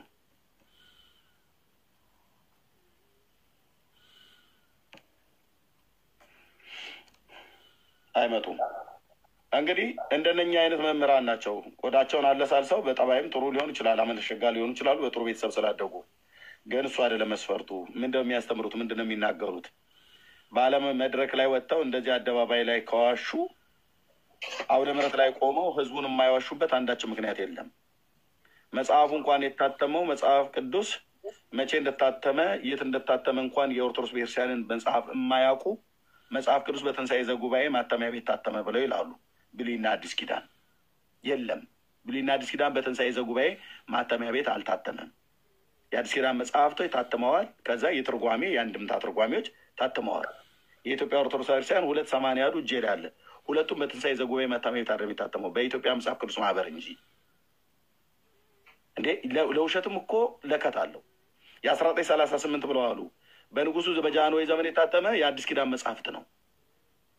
እሱንም ስላወቅኩ ነው ገትሬ ያስኳቸው። ወንድምነት መጣ አሳዩ፣ ተነበበ። መጽሐፈ ምሳሌ መጽሐፍ ምዕራፍ 3 ቁጥር 8 ላይ እመቤታችን ብላ አለች ብለው አሉ። አውዱን ከፍ ብለው እናንብብ ብዬ ስላቸው አውዱ ሲነበብ የማይለውን ይላል። እሳቸው የያዙት የሰው ጽሁፍ መጽሐፍ ቅዱስ አይደለም የያዙት፣ የሰው ጽሁፍ ነው ይዘው የመጡት። መጽሐፍ ቅዱስ የእግዚአብሔር ቃል ይኸው አለ። እዚሁም ደግሞ አይሁዳውያን ስላሉ ዕብራይስጡን ልናነብ ነበር፣ ብሉይ ኪዳንም ማለት ነው። መነረተው ይላሉ። እንዴ ዳጸ ልሳን ነው እኮ ብለው ቢሉ እኮ ስንት መምህራን ዳጸ ልሳን ይናገራሉ፣ እንናገራለን። እርሶ ከስህተትዎትም ይቅርታ አልጠይቅም ብለው ማለት ወት ደግሞ ማለት ነው። ስለዚህ ኦርቶዶክሳውያን አማኞች እዚህ ውስጥ ምን ነግራችሁ መምህራኖቻችሁ የነገሯችሁን ሁሉ ቃለ ሕይወት ያሰማልን በእድሜ በጤና ይጠብቅልን ብላችሁ አትበሏቸው። በጣም ብዙ ቅጥፈት፣ በጣም ብዙ ውሸት፣ የአምላክን ቃል የማይለውን ይላሉ።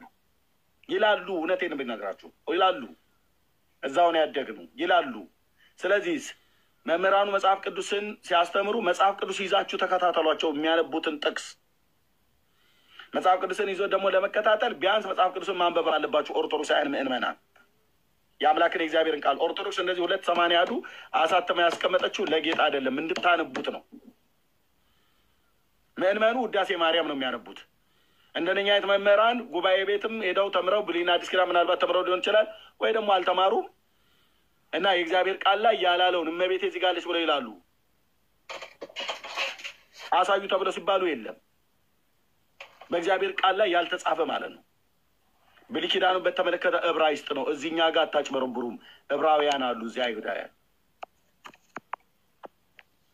እና መምህራኖቻችሁ የሚናገሩትን ሁሉንም አሜን ብላችሁ አትቀበሉ፣ ሁሉንም ደግሞ አትክፉ። በእግዚአብሔር ቃል እንደ እግዚአብሔር ቃል ተናግሮ ከሆነ ቅዱስ ጴጥሮስ ሐዋርያው እንደተናገረ ማንም የሚናገር ቢኖር እንደ እግዚአብሔር ቃል ይናገር ብሎ ስላለ እንደ እግዚአብሔር ቃል የተናገሩትን ተቀበሉ። ትርጓሜ አመስጥረው አባቶች አምልተው አስፍተው ብሎ የሚል እሱ የኦርቶዶክሳውያን የደብተራ ተረት ነው። ትርጓሜ ከተባለ ኦኬ፣ በመጀመሪያ ዋናው ዘር ምን ይላል? ዘሩ ምን ይላል? በመጀመሪያ ኃይለ ቃሉ የት ነው የሚገኘው? ምዕራፍ ስንት ቁጥር ስንት ገጽ የትኛው ምሳሌ መጽሐፍት ላይ ወይ መዝሙር መጽሐፍት ላይ ወይ የነቢያት መጽሐፍት ላይ? ከዛ ትርጓሜውን ሲተረጉሙትም አባቶች የተረጎሙትን በትክክል መናገራቸው የራሳቸውን የልብ ወለድ ሁሉ ነው የሚጨምሩት። አንድምታ ትርጓሜው ከሚናገር ውጭ የፈለጉትን እንዳ ክርማሳር እየሰነጣጠቁ ነው የሚጨምሩት። አለቃ ገብረሃና ያላሉትን አሁን እሳቸው በሌሉበት አለቃ እንዲህ አሉ እየተባለ ግን እሳቸው ከሙታን ቢነሱ አለቃ ቢጠየቁ ይህን ንግግርን ያልተናገርኩትም ብለው እንደማይሉ ሁሉ ማነው እንደሚሉ ሁሉ ቅዱስ ያሬድ እንኳን በሌለበት የኢትዮጵያ ኦርቶዶክስ ቤተክርስቲያን በቅዱስ ያሬድ ላይ እየዋሸች ነው፣ በመጽሐፉ ማለት ነው። የቅዱስ ያሬድ መጽሐፍት ይህንን ምዕመና ያውቀዋል? አያውቀውም። አገልጋይ የሆኑ ብቻ ናቸው የሚያውቁት። በቅዱስ ያሬድ መጽሐፍ ላይ ድጓው እንዲህ ይላል ይላሉ። ዋናው ድጓ ላይ ሲሄድ የለም ቃሉ። ዚቅ እንዲህ ይላል፣ መዋሲቱ እንዲህ ይላል ይላሉ። ዋናው ጋር ሲኬድ ግን የለም። ያሬድ አያውቀው።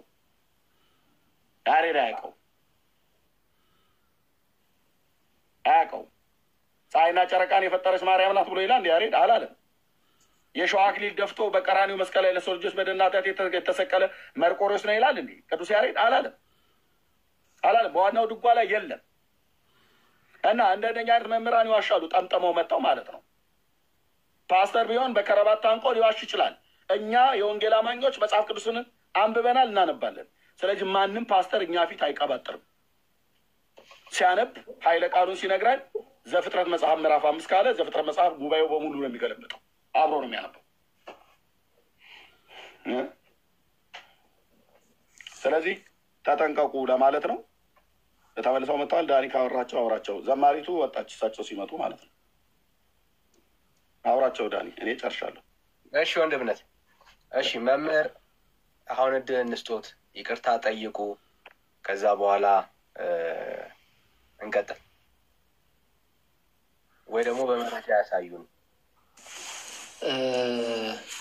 እሺ ይቅርታ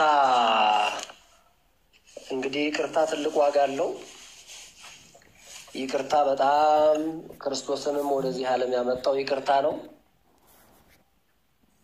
ይቅርታ የምጠይቀው በሚገርም ሁኔታ ያላልሁትን አለ በማለት ከሚያወራ ሰው ጋራ በዚህ መምጣቴ እሱ ይቅርታ ሊያስጠይቀኝ ይችል ይሆናል። አንደኛው። ሁለተኛ እያሉ ነው አስጨርሰኝና ማስጨረስ እኮ ነው አይደለም?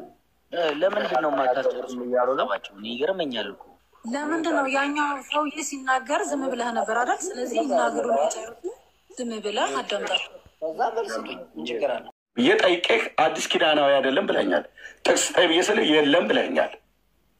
እግዚአብሔር አዟቸዋል ብዬ ስልህ አላዘዘንም ብለኛል። ታምነዋለህ። እኔ በፈረስና ብዬ ነግሬህ ዳኒን በመኪናና ብዬ ነግሬው አንተ ግን በመኪና ብትመጣ የኔን ትእዛዝ ፈጸምክ ነው የሚባለው ወይ ብዬ ስልህ አይባልም። እንደዛ ና ያልከኝ በፈረስ ነበር፣ እኔ ግን የመጣሁት በመኪና ነው። ባልታዘዝኩት ነው የመጣሁትኝ፣ ባላዘዝከኝ ነው የመጣሁትኝ። ስለዚህ ፊት መጥቼ ትእዛዝን ፈጽሜያለሁ ብዬ ልልህ አልችልም አልከኝ። ኦኬ፣ እንደዚህ ሁሉ እግዚአብሔር ታቦት ስሩ ብሎ ለእስራኤል ቤት አዟል። ስላዘዘ እስራኤል ትእዛዙን ፈጽሞ ታቦት ሰርቷል ወይ? አዎ ሰርቷል። ኦርቶዶክስን ታቦት ስሪ ብሏታል ወይ? አላላትም። ባላለበት ታዲያ እግዚአብሔርን ትእዛዝ ፈጸምኩ ነው ብላ የምትለው? ባላለበት እግዚአብሔር የሰራችሁትን ታቦት ብላችሁ የምትሉትን እግዚአብሔርን አመለኩ ነው ብለህ የምትለው? ማርክ አይደለም። ፈጥነህ ውጣ ብራዘር ከእንደዚህ አይነት ህይወት ውስጥ። እውነትን የምትፈልግ ከሆነ እንደቀድሞ ማለት ነው ፈጥነህ ውጣ። እግዚአብሔር መጽሐፍ ቅዱስ አዲስ ኪዳን ላይ ሲናገር ጌታችን ኢየሱስ ክርስቶስን አንድ ክፉ ባሪያ ምን አለው? አንተ ካልዘራበት የምታጭድ ነህ ብሎ አለው። አንተ ክፉ ባሪያ አፍ በተናገረው ቃል ይፈረድብሃል ብሎ አለው። ጌታችን ኢየሱስ ክርስቶስ ካልዘራበት የሚያጭድ ሰነፍ ገበሬ አይደለም። ካልሰጠህ ነገር አይጠይቅህም፣ ካልዘራበት ነገር አያጭድም። አሁን ካላዘዘ ነገር አይጠይቅህም። እኛን አሁን መጥቶ ጌታችን ኢየሱስ ክርስቶስ እናንተ ባለጌዎች ለምደው ታቦት የማትሰሩት ብሎ አይለንም። ለምን? አላዘዘንም። ለምንድነው እኛ ያልሰራ ነው? ስላልታዘዝን። ታቦት ስሩ ብሎ የሚል የአዲስ ኪዳን ሐዋርያ አንድም ስላልጻፈልን። በሐዋርያቱ ትምህርት ነው የምንኖረው። ሐዋርያቱ ታቦት ስሩ ብሎ ጌታ ኢየሱስ ክርስቶስ አዟል ብለው አንዳቸውም ስላልጻፉ ከወንጌሉ ጀምሮ በ27 ቅዱሳት መጽሐፍት።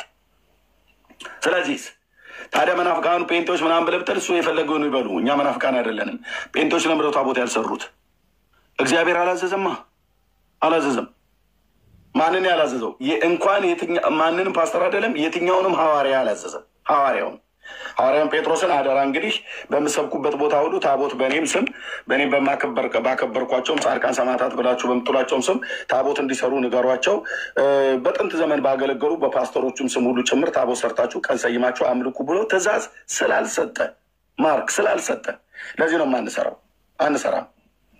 አንሰራም። የሰራንም ሰው ስናገኝ እንቃወመዋለን። እንደ እግዚአብሔር ቃል ትክክል አይደለም የሰራው ብለን ማለት ነው። ስለዚህ ኦርቶዶክስ ተዋሕዶ ቤተክርስቲያን የያዘችው እንደ እግዚአብሔር ቃል የተሰራ ታቦት አይደለም ነው ብሎ ካለ የሚያምነው የኦርቶዶክስ አማኝ የሆነው ማርክ የመጽሐፍ ቅዱስ መረጃ ሊያመጣ ይገባል። መጽሐፍ ቅዱስ መረጃ ካመጣ በእርግጥ ዳኒ እዚህ ጋር ለካ ያየነው ነገር የእግዚአብሔር ቃል ፓስተሮቻችን የነገሩን የሆነ ሚስጥር ደብቀውብናል። ይሄ ለካ ስለ ታቦት ነበር የሚናገረው እና አሁን እዚህ ጋር ልንማር ይገባል ብለን እንነቃለን ማለት ነው። አሳስተውን ከሆነ በእውነተኛ በኦርቶዶክሳውያን መረጃ በሚሰጡን ታቦት መስራት ብሎ የሚል መረጃ በዛ እንነቃለን ማለት ነው። ጴንጤዎቹ ከዛ እንቃወማለን። እኛም ጴንጤዎቹን ለምንድነው ታቦት የማትሰሩት ብለን እንዴት ብለው ካሉ አይ የኦርቶዶክስ አማኞች ይኸው ነግረውናል። የት? ይኸው በዚህ በዮሐንስ ወንጌል ወይ በሉቃስ ወንጌል ላይ የተጻፈው ቃል ወይ በራእይ ላይ ወይ በጳውሎስ መልእክት ላይ ይሄኛው ክፍል እኮ ስለ ታቦት መስራት ነው የሚናገረው ብለዋል ብለን የተጠቀሰውን ጥቅስ እናሳይ ነበር። ማርኮ ወንድሜ ስጠይቀው ይኸው በገላትያ መልእክት ላይ፣ ይኸው በማቴዎስ ወንጌል ላይ፣ ይኸው በሮሜ ወይ በጴጥሮስ ላይ ቅዱስ ጳውሎስም ይሁን ቅዱስ ጴጥሮስ ሌሎች ቅዱሳት ሐዋርያት ከጌታችን ከኢየሱስ ክርስቶስ ሰምተው ታቦት ስሩ ብለው ያሉት ክፍል ይሄ ነው ብለህ መረጃ አላሳየኝም። ስጠይቅህ ታቦት በአዲስ ኪዳን ስሩ ብሎ ጌታ አላዘዘም አልክ። በቃ ጌታ ካላዘዘ በምንም አይነት መልኩ ወደ ጉድጓድ እንገባለን እንጂ የማንንም ወሬ የማንንም ልምምድ አንቀበልም። አንተም እንዳትቀበለው ማርክዬ፣ እንዳትቀበል እውነትን ፈላጊ ከሆንክ ማለት ነው። ገድላት ድርሳናቱን ወግዱ ብለህ ካልክ በውስጣቸው የተጻፈው ነገር እውነት ስላይደለ ነው። በምን በእግዚአብሔር ቃል መዝነህ የማርያምን በጭንቅ ቀን ደራሽ አልቀበልም ብለህ ያልከው ለምን በመጽሐፍ ቅዱሳዊ ስላልሆነ ነው። ልክ እንደዚሁ ታቦትም መጽሐፍ ቅዱሳዊ ያለመሆኑን አስረግጠህ ወቅ ነው ብለህ ካልከኝ ይኸው እኔ ልረዳህ የምጠይቀን ጥያቄ እኔም ወንድሞቼም ልናግዝህ ፈቃደኞች ነን። ካልሆነ ነገር እግዚአብሔር ቃል የማይደግፈውን አንተ እውነት ነው ብለህ መተህ ደረትን ነፍተህ አፍህን ሞልተህ የምትመሰክርበት ነገር አይደለም። መረጃ አምጣ ብዬ እኮ ጠይቄ አዲስ ኪዳን አይደለም ብላኛል።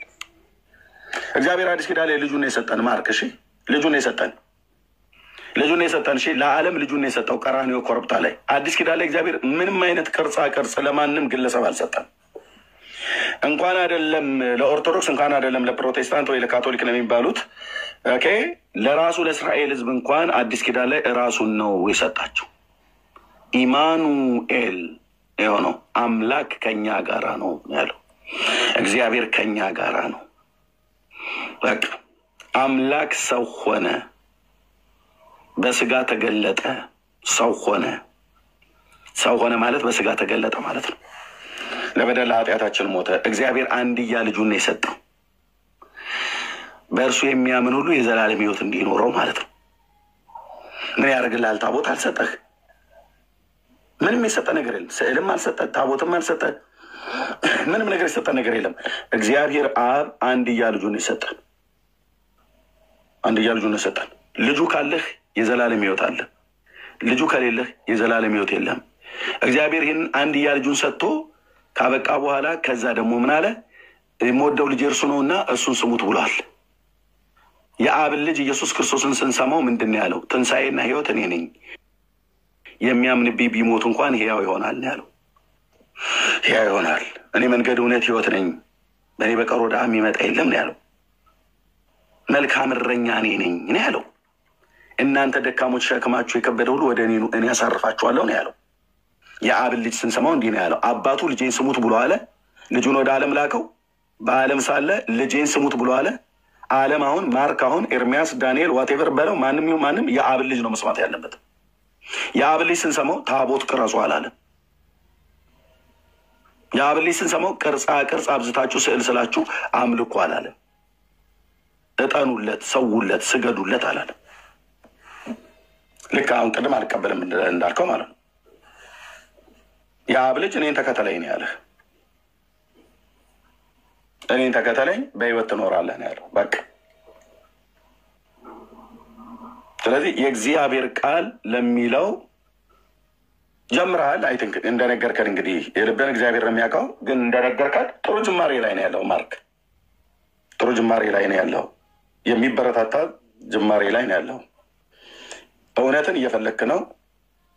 ከአመፅ ጋር አልተባበርም እያልክ ነው። አመፅ ማለት በእግዚአብሔር ቃል የተጻፈን ያልተጻፈን ነገር ማድረግ ማለት ነው። ስለዚህ በእግዚአብሔር ቃል ያልተጻፈን ነገር የትኛውም ነገር ማድረግ አልፈልግም አልቀበልም ብለሃል እንጂ አሁን ሌላ አንድ ኦርቶዶክሳዊ እኮ ቢገባ አንተ እኮ እና እሱ እዚህ ትያያዛላችሁ። ምክንያቱም የማርያምን አማላጅነት የማይቀበል ኦርቶዶክሳዊ የለም። አንተ ግን ተገኝተሃል። እንዳንተ አይነት እውነት ፈላጊዎች በጣም ብዙዎች አሉ። እኛ አንተ ላይ አንፈርድብህም። የማርያምን አማላጅነት አንተ ያልተቀበልከው መጽሐፍ ቅዱሳዊ ስላልሆነ ነው። እኛም ያልተቀበልነው መጽሐፍ ቅዱሳዊ ስላልሆነ ነው። መጽሐፍ ቅዱሳዊ የሆነውን ነገር ለምን አትቀበልም ብለን እንከራከር ነበር መጽሐፍ ቅዱሳዊ ቢሆን ኖሮ። ስለዚህ እውነትን እየፈለክ ነው። እውነትን እየፈለክ ነው። ለዚህ እውነት ራስን ስጥ። የምንነግርህ እግዚአብሔር አብ ልጁን የሰጠህ ማርክ ያለ ታቦት ለአንተ አልሰጠህም። ኦኬ፣ እንድትድንባቸው ሌሎች ሰዎችን አልሰጠንም፣ ለዓለም አልሰጠም። ኦኬ፣ እንድንድንባቸው ማንንም የሰጠን የለም። እግዚአብሔር ልጁን የሰጠን። ልጁ ደግሞ መጥቶ ሕይወቱን የሰጠን። ነፍሱን ከመስጠት የሚበልጥ ከዚህ የሚበልጥ ፍቅር ለማንም የለውም ነው ያለው። ስለዚህ በእግዚአብሔር ላይ በኢየሱስ ክርስቶስ እመን፣ ከዘላለም ጥፋት ትድናለህ። ወደ እግዚአብሔር መንግስት የምትገባበት እውነተኛው አማናዊው በር ኢየሱስ ነው። በእርሱ በኩል ግባ። እግዚአብሔር አብ ጋር መታረቅን የምትፈልግ ከሆነ በሰውና በእግዚአብሔር መካከል የሆነው መካከለኛው ሊቀ ካህኑ እሱ ነው። የኃጢአትን ስርየት የሚሰጥህ፣ የኃጢአትን ይቅርታ የሚሰጥህ፣ ስምህን በሕይወት መጽሐፍ ላይ የሚጽፍ በፈሰሰ በደሙ ፈሳሽነት በቅዱስ ደሙ በደል ኃጢአትህን የሚያጥብህ፣ የሚያነጻ፣ የሚቀድስህ ልጁ አድርጎ ለዘላለም የሚቀበልህ ድካምህን ከነ ድካም ሁሉ ጭምር ተቀብሎ የሚያሳርፍህ ለነፍስም እረፍት የሚሰጥህ ኦኬ። የዘላለም የጽድቅ ጥማት ካለብህ ተጠምተህ ከሆነ የጽድቅን ጥማት ናና ጻድቅ የሆነውን ኢየሱስ ክርስቶስን ተቀበል። የህይወት ውሃ እሱ ነው። የህይወት እንጀራ እሱ ነው። እሱን በማመን ተቀበለው። ከዘላለም ጥፋት ትድናለህ። ከዘላለም ጥፋት ትድናለህ። ይሄን ምን ታውል ብራዘር እንጂ ስትጠየቅ ታቦት አምናለሁ እሺ መረጃ አምጣ። ዘጸአት እኮ ለእናንተ አልተባለም። አይ ባይባልም ግን እቀበለዋለሁ። አዲስ ኪዳን መረጃ አምጣ። የለንም። ዘጸአት እኮ የተጻፈው ለእስራኤል ቤት ነው። አዎ ለኦርቶዶክሳውያን አይደለም ብሎ የሚለው አዎ። እና አይ ምን ችግር አለኛ ብለን ብንለው እንደዛ የሚባል ነገር አለ እንዴ? እግዚአብሔር ያላዘዘህን ማድረግ እኮ ማለት ወንጀል ነው፣ አመፅ ነው። አመፅ ነው። ያላዘዘህን ነገር አድርገህ በዛ በኩል እግዚአብሔርን አገኘዋለሁ ብለህ ብትለው እግዚአብሔር እንዴ እኔ መቼ ነው ያዘዝኩ? በዚህ በኩል መቼ ናና እኔን ተገናኘኝ ብያልኩ? እኔ ያልኩ በልጄ በኩል በተሰበከው የወንጌል እውነት ነው ብሎ የሚለው። ስለዚህ ለእግዚአብሔር ቃል እውነት ራስህን ልብህን ክፈት። በቃ አንዳንድ እውነቶች ተጣብቀውብን እንደ ገመድ ወይ እንደሆነ ነገር ላያችን ላይ ታስረው የተቀመጡ እግዚአብሔር እንዲበጥስልን የእኛንም ፍቃድ ራሱ ጌታ ይጠይቃል። አንተም በጣጥሰን የምትጥላቸው ነገሮች አሉ፣ እምቢ በማለት ማለት ነው። ለእግዚአብሔር ቃል እሺ፣ ከእግዚአብሔር ቃል ውጭ ለተሰራ ልምምድ፣ ከእግዚአብሔር ቃል ውጭ ለተሰራ ልምምድ፣ ከእግዚአብሔር ቃል ውጭ ለተፈበረከ ትምህርት፣ ከእግዚአብሔር ቃል ውጭ ለተሰራ የትኛውም የሰው ስርዓትም ይሁን የትኛውም ከመጽሐፍ ቅዱስ ውጭ ያፈነገጠ መንፈሳዊ ነው ተብሎ የሚባል ነገር የቱንም ያህል ዘመን ቆይታ አይኖረው። ከታሰርክበት ላይ ጌታ እንዲፈታህ እምቢ በል። ለእግዚአብሔር ቃል እሺ በል፣ ለሰዎች ስርዓት ትምህርት ግን እምቢ በል።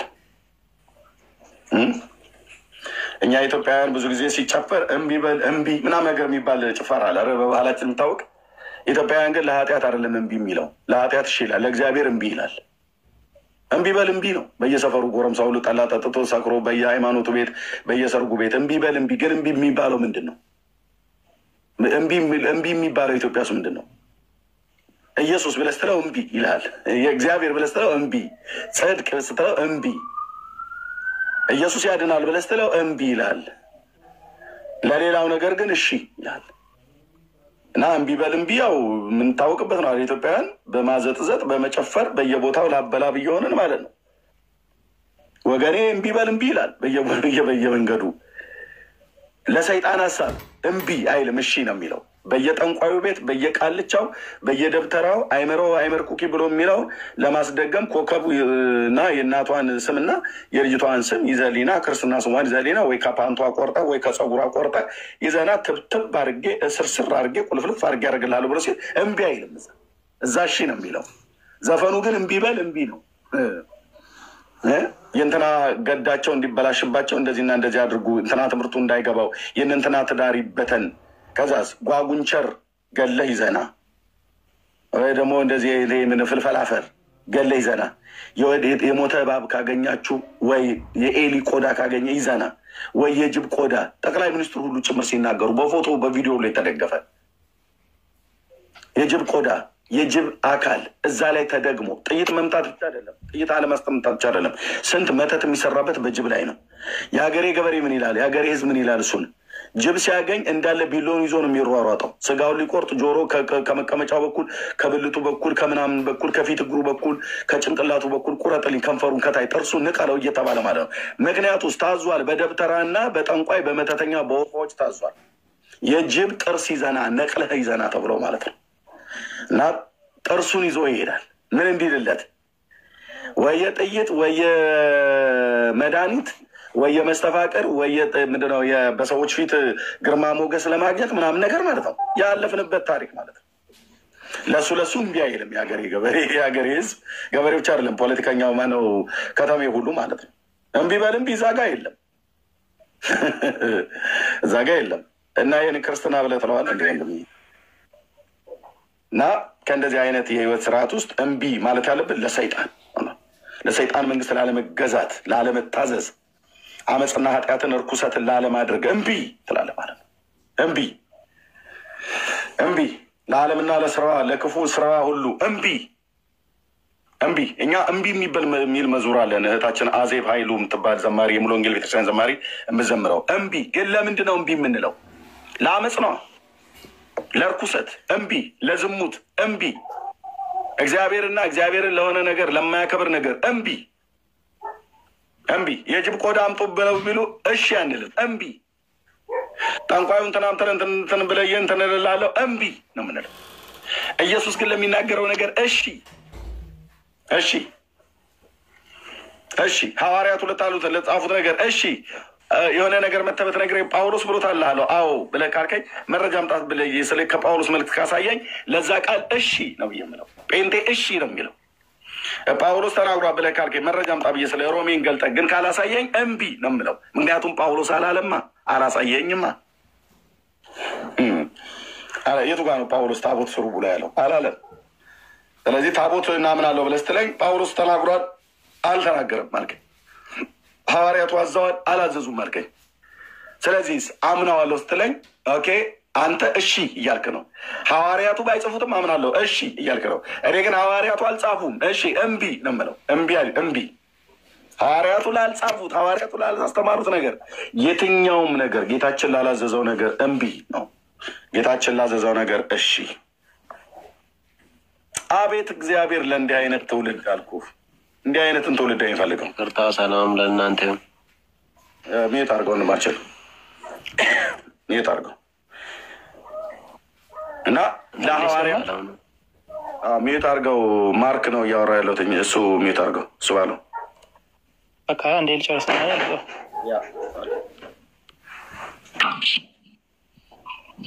ማርክ ቀጥል። ይሰማል? አዎ ይሰማል። ቀጥል። እሺ በቃ እኔ ብዙ ሰዓቱን ከሚዝ ልጆችን እንድታወሩ መናገር እንፈልገው።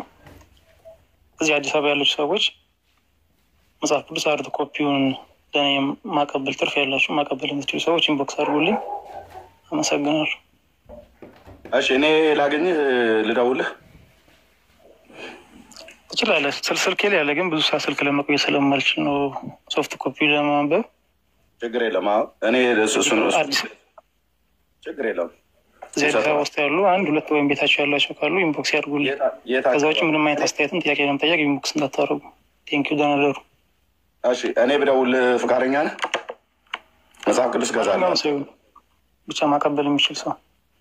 ኦኬ በውስጥ እሺ ፎሎ ባክ መልስልኝ። በውስጥ ስልክ እንጻፍልኝ፣ እደውልልሃለሁ። አዲስ መጽሐፍ ቅዱስ እኔ ገዝቼ እሰጥሃለሁ። ጠይቂያቸው፣ ድል እንሰጣቸዋል። እኔ ልውረድ ይግቡና እንትን በላቸው። ከገቡ አንቺ ለተገቢ አይደለም ዘማሪ ከገቡ ድል ስጧቸው ብለሽ ካልሽ እንሰጣቸዋለን። አንቺ እዚህ ሆነሽ አቤል ይወርዳል። ሰው ዝም ብሎ እንደዚህ እጅግ በጣም የምናከብራቸው መምህር መዝለፍ እኔ ተገቢ አይደለም። በጣም ነው የገረመኝ። በጣም ትሁት ሲበዛ ማለት ነው። አሁን እኔ እናንተ እኛም ደንግጠናል። እኛም በጣም መምህር ነው። ኦኬ ይግቡ። እሺ ይምጡ መምህር። ያው ዘማሪት እየጠራችሁት ነው። ኑ ግቡ። እኛም ደንግጠናል። ማለት ከእንደዚህ መምህር እንደዚህ ያክል ውሸት ኤክስፔክት አላደረግንም። በጣም ያስደነግጣል። አንቺ እንደደነገጥሽው ከአንቺ በላይ እኛ ደንግጠናል። አክብረን በመምህር ደረጃ ነው እያወራን የነበር። አለ አንድ ቦታ መምጣት ይችላሉ። ዳጸ ልሳን እኮ ይባላል እኮ። ዳጸ ልሳን እኮ በጣም ብዙ አለ። ዳጸ ልሳን ነው ይበሉ አልልም። ይቅርታ ይጠይቁ አልጠይቅም። ሁለት ውሸት ዋሹ። እዚሁ 800 ምናምን ሰው እያየ ካሜራ ከፍተን እያሳየን ነው። ይምጡ፣ ከመጡ ይምጡ። አይመጡም ግን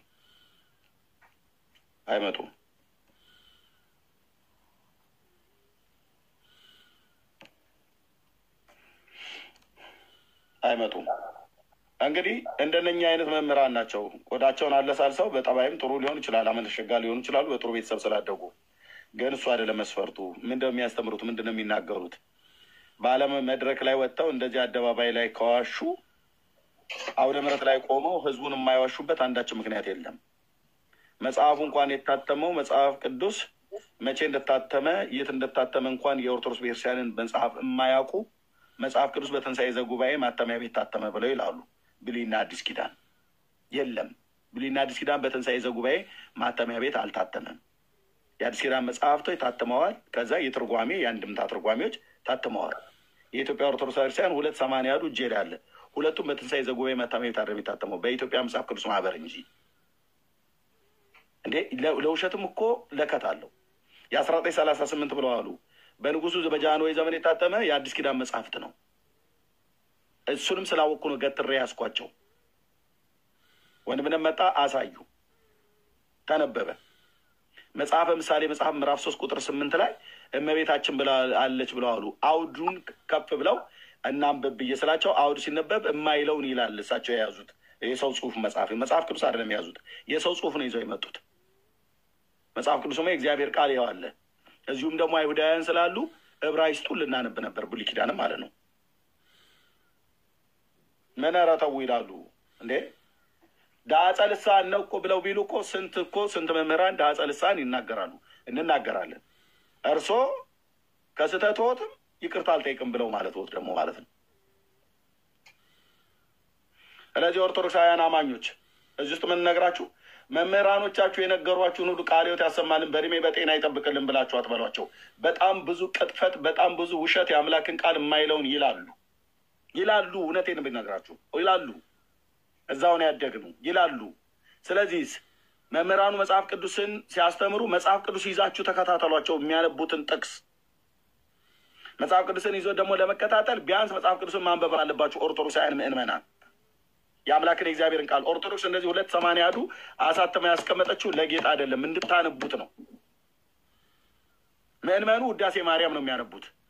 እንደነኛ አይነት መምህራን ጉባኤ ቤትም ሄደው ተምረው ብሉይና አዲስ ኪዳን ምናልባት ተምረው ሊሆን ይችላል፣ ወይ ደግሞ አልተማሩም እና የእግዚአብሔር ቃል ላይ ያላለውን እመቤቴ እዚህ ጋር አለች ብለው ይላሉ።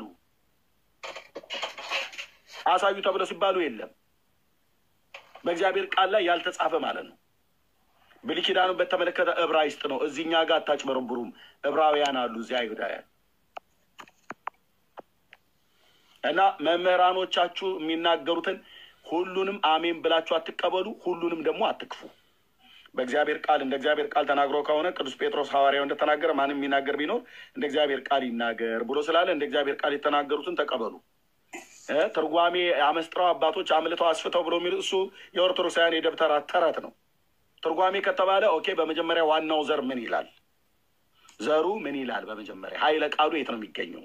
ምዕራፍ ስንት ቁጥር ስንት ገጽ የትኛው ምሳሌ መጽሐፍት ላይ ወይ መዝሙር መጽሐፍት ላይ ወይ የነቢያት መጽሐፍት ላይ? ከዛ ትርጓሜውን ሲተረጉሙትም አባቶች የተረጎሙትን በትክክል መናገራቸው የራሳቸውን የልብ ወለድ ሁሉ ነው የሚጨምሩት። አንድምታ ትርጓሜው ከሚናገር ውጭ የፈለጉትን እንዳ ክርማሳር እየሰነጣጠቁ ነው የሚጨምሩት። አለቃ ገብረሃና ያላሉትን አሁን እሳቸው በሌሉበት አለቃ እንዲህ አሉ እየተባለ ግን እሳቸው ከሙታን ቢነሱ አለቃ ቢጠየቁ ይህን ንግግርን ያልተናገርኩትም ብለው እንደማይሉ ሁሉ ማነው እንደሚሉ ሁሉ ቅዱስ ያሬድ እንኳን በሌለበት የኢትዮጵያ ኦርቶዶክስ ቤተክርስቲያን በቅዱስ ያሬድ ላይ እየዋሸች ነው፣ በመጽሐፉ ማለት ነው። የቅዱስ ያሬድ መጽሐፍት ይህንን ምዕመና ያውቀዋል? አያውቀውም። አገልጋይ የሆኑ ብቻ ናቸው የሚያውቁት። በቅዱስ ያሬድ መጽሐፍ ላይ ድጓው እንዲህ ይላል ይላሉ። ዋናው ድጓ ላይ ሲሄድ የለም ቃሉ። ዚቅ እንዲህ ይላል፣ መዋሲቱ እንዲህ ይላል ይላሉ። ዋናው ጋር ሲኬድ ግን የለም። ያሬድ አያውቀው፣ ያሬድ አያውቀው፣ አያውቀው። ፀሐይና ጨረቃን የፈጠረች ማርያም ናት ብሎ ይላል ያሬድ? አላለም። የሸዋ አክሊል ደፍቶ በቀራኒው መስቀል ላይ ለሰው ልጆች በደልና ኃጢአት የተሰቀለ መርቆሬዎስ ነው ይላል እንዴ ቅዱስ ያሬድ? አላለም፣ አላለም። በዋናው ድጓ ላይ የለም። እና እንደኛ አይነት መምህራን ይዋሻሉ፣ ጠምጠመው መጥተው ማለት ነው። ፓስተር ቢሆን በከረባት ታንቆ ሊዋሽ ይችላል። እኛ የወንጌል አማኞች መጽሐፍ ቅዱስን አንብበናል፣ እናነባለን። ስለዚህ ማንም ፓስተር እኛ ፊት አይቀባጥርም። ሲያነብ ኃይለ ቃሉን ሲነግረን ዘፍጥረት መጽሐፍ ምዕራፍ 5 ካለ ዘፍጥረት መጽሐፍ ጉባኤው በሙሉ ነው የሚገለብጠው፣ አብሮ ነው የሚያነበው። ስለዚህ ተጠንቀቁ ለማለት ነው። ተመልሰው መጥተዋል። ዳኒ ካወራቸው አውራቸው። ዘማሪቱ ወጣች እሳቸው ሲመጡ ማለት ነው። አውራቸው ዳኒ፣ እኔ ጨርሻለሁ። እሺ ወንድምነት፣ እሺ መምህር፣ አሁን እድል እንስጦት፣ ይቅርታ ጠይቁ፣ ከዛ በኋላ እንቀጥል፣ ወይ ደግሞ በመረጃ ያሳዩን። እሺ ይቅርታ እንግዲህ ይቅርታ ትልቅ ዋጋ አለው። ይቅርታ በጣም ክርስቶስንም ወደዚህ ዓለም ያመጣው ይቅርታ ነው። ይቅርታ የምጠይቀው በሚገርም ሁኔታ ያላልሁትን አለ በማለት ከሚያወራ ሰው ጋር በዚህ መምጣቴ እሱ ይቅርታ ሊያስጠይቀኝ ይችል ይሆናል። አንደኛው። ሁለተኛ እያሉ ነው አስጨርሰኝና ማስጨረስ እኮ ነው አይደለም? ለምንድን ነው ማታስጨርሱ እያሉ ገባቸው። ይገርመኛል እኮ ለምንድን ነው ያኛው ሰውዬ ሲናገር ዝም ብለህ ነበር አይደል? ስለዚህ ይናገሩ ጨርሱ፣ ዝም ብለህ አዳምጣቸው። ከዛ መልስልኝ እንችግራለ አስቸግራለሁ። በቃ ስልክን በወሳፍልኝ እደውልልሃለሁ። ማርክ ቴንክ ዩ እና መጽሐፍ ቅዱስ ከሆነ እገባለሁ። ያ ቴንክ ዩ አትጥፋ። ያ እሺ ኦኬ እሺ እሱ ባለው ወይ ሰላም ለእናንተ እንዴት ነህ? እግዚአብሔር ይመስገን አለን። ያው ብዙ እንደተረዳሁትም እንዳያየሁትም እውቀቴ ከእናንተ ጋር ለመሟገት ያን ያክል በቂ እንኳን አይደለም። ግን አንድ ነገር ልናገር። ዛሬ በተለጠፈችው ላይ የጭንቅ ቀን ደራሽ ማርያም አለች ወይ ነው ጥያቄው አይደል?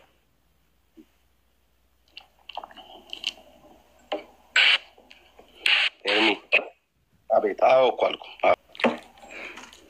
የጭንቅ ቀን ደራሽ ማርያም አለች ላላችሁት እንኳን ለሰው ለኢየሱስ ክርስቶስ ሁላ አለች። ምሳሌ በምን ለመሰል ለኢየሱስ ክርስቶስ ትደርሳለች። ኢየሱስ ክርስቶስ ሲጨንቀው ማርያም ነች የምትደርስለት እያልከ ነው። እንኳን ለሰው ማለት እንኳን ሰዎች እኔና እናንተ አይደለንም። ኢየሱስ ራሱ አስረዳ። የተረዳውበትን መንገድ ላስረዳ እኮ ታስረዳናለህ። ግን እንኳን ለሰው ለኢየሱስ ክርስቶስ ራሱ ለጭንቁ ቀን የምትደርስለት እያልክ ነው። እሺ ቴንክ ዩ። ኦኬ አስረዳ። ሰው ሆኖ በመጣ ጊዜ ማለት በምድር ላይ እያለ ተጨንቆ ደርሳለት ነበር አይደለ?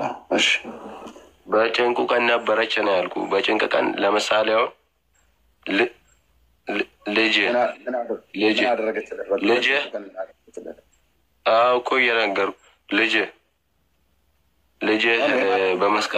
በመስቀል ላይ አውጥቶ አንተን ሲሰቅል ሲገርፍ የማርያም ጨርሰ እኔ ልጅ መስቀል ላይ አልሆንም ኢየሱስ በመስቀል በነበረ ሰዓት ማርያም በጭንቁ ቀን ነበረች አይደል? እዛ አዎ መስቀሉ ላይ ልጆቹ ሰቅለውት ከስር ልጆቹ ሰቅለውት የገዛ ልጆቹ ማለት ነው። ለእርሱ የተፈጠሩት ልጆቹ ሰቅለውት ፊት ለፊቱ እያፌዙበት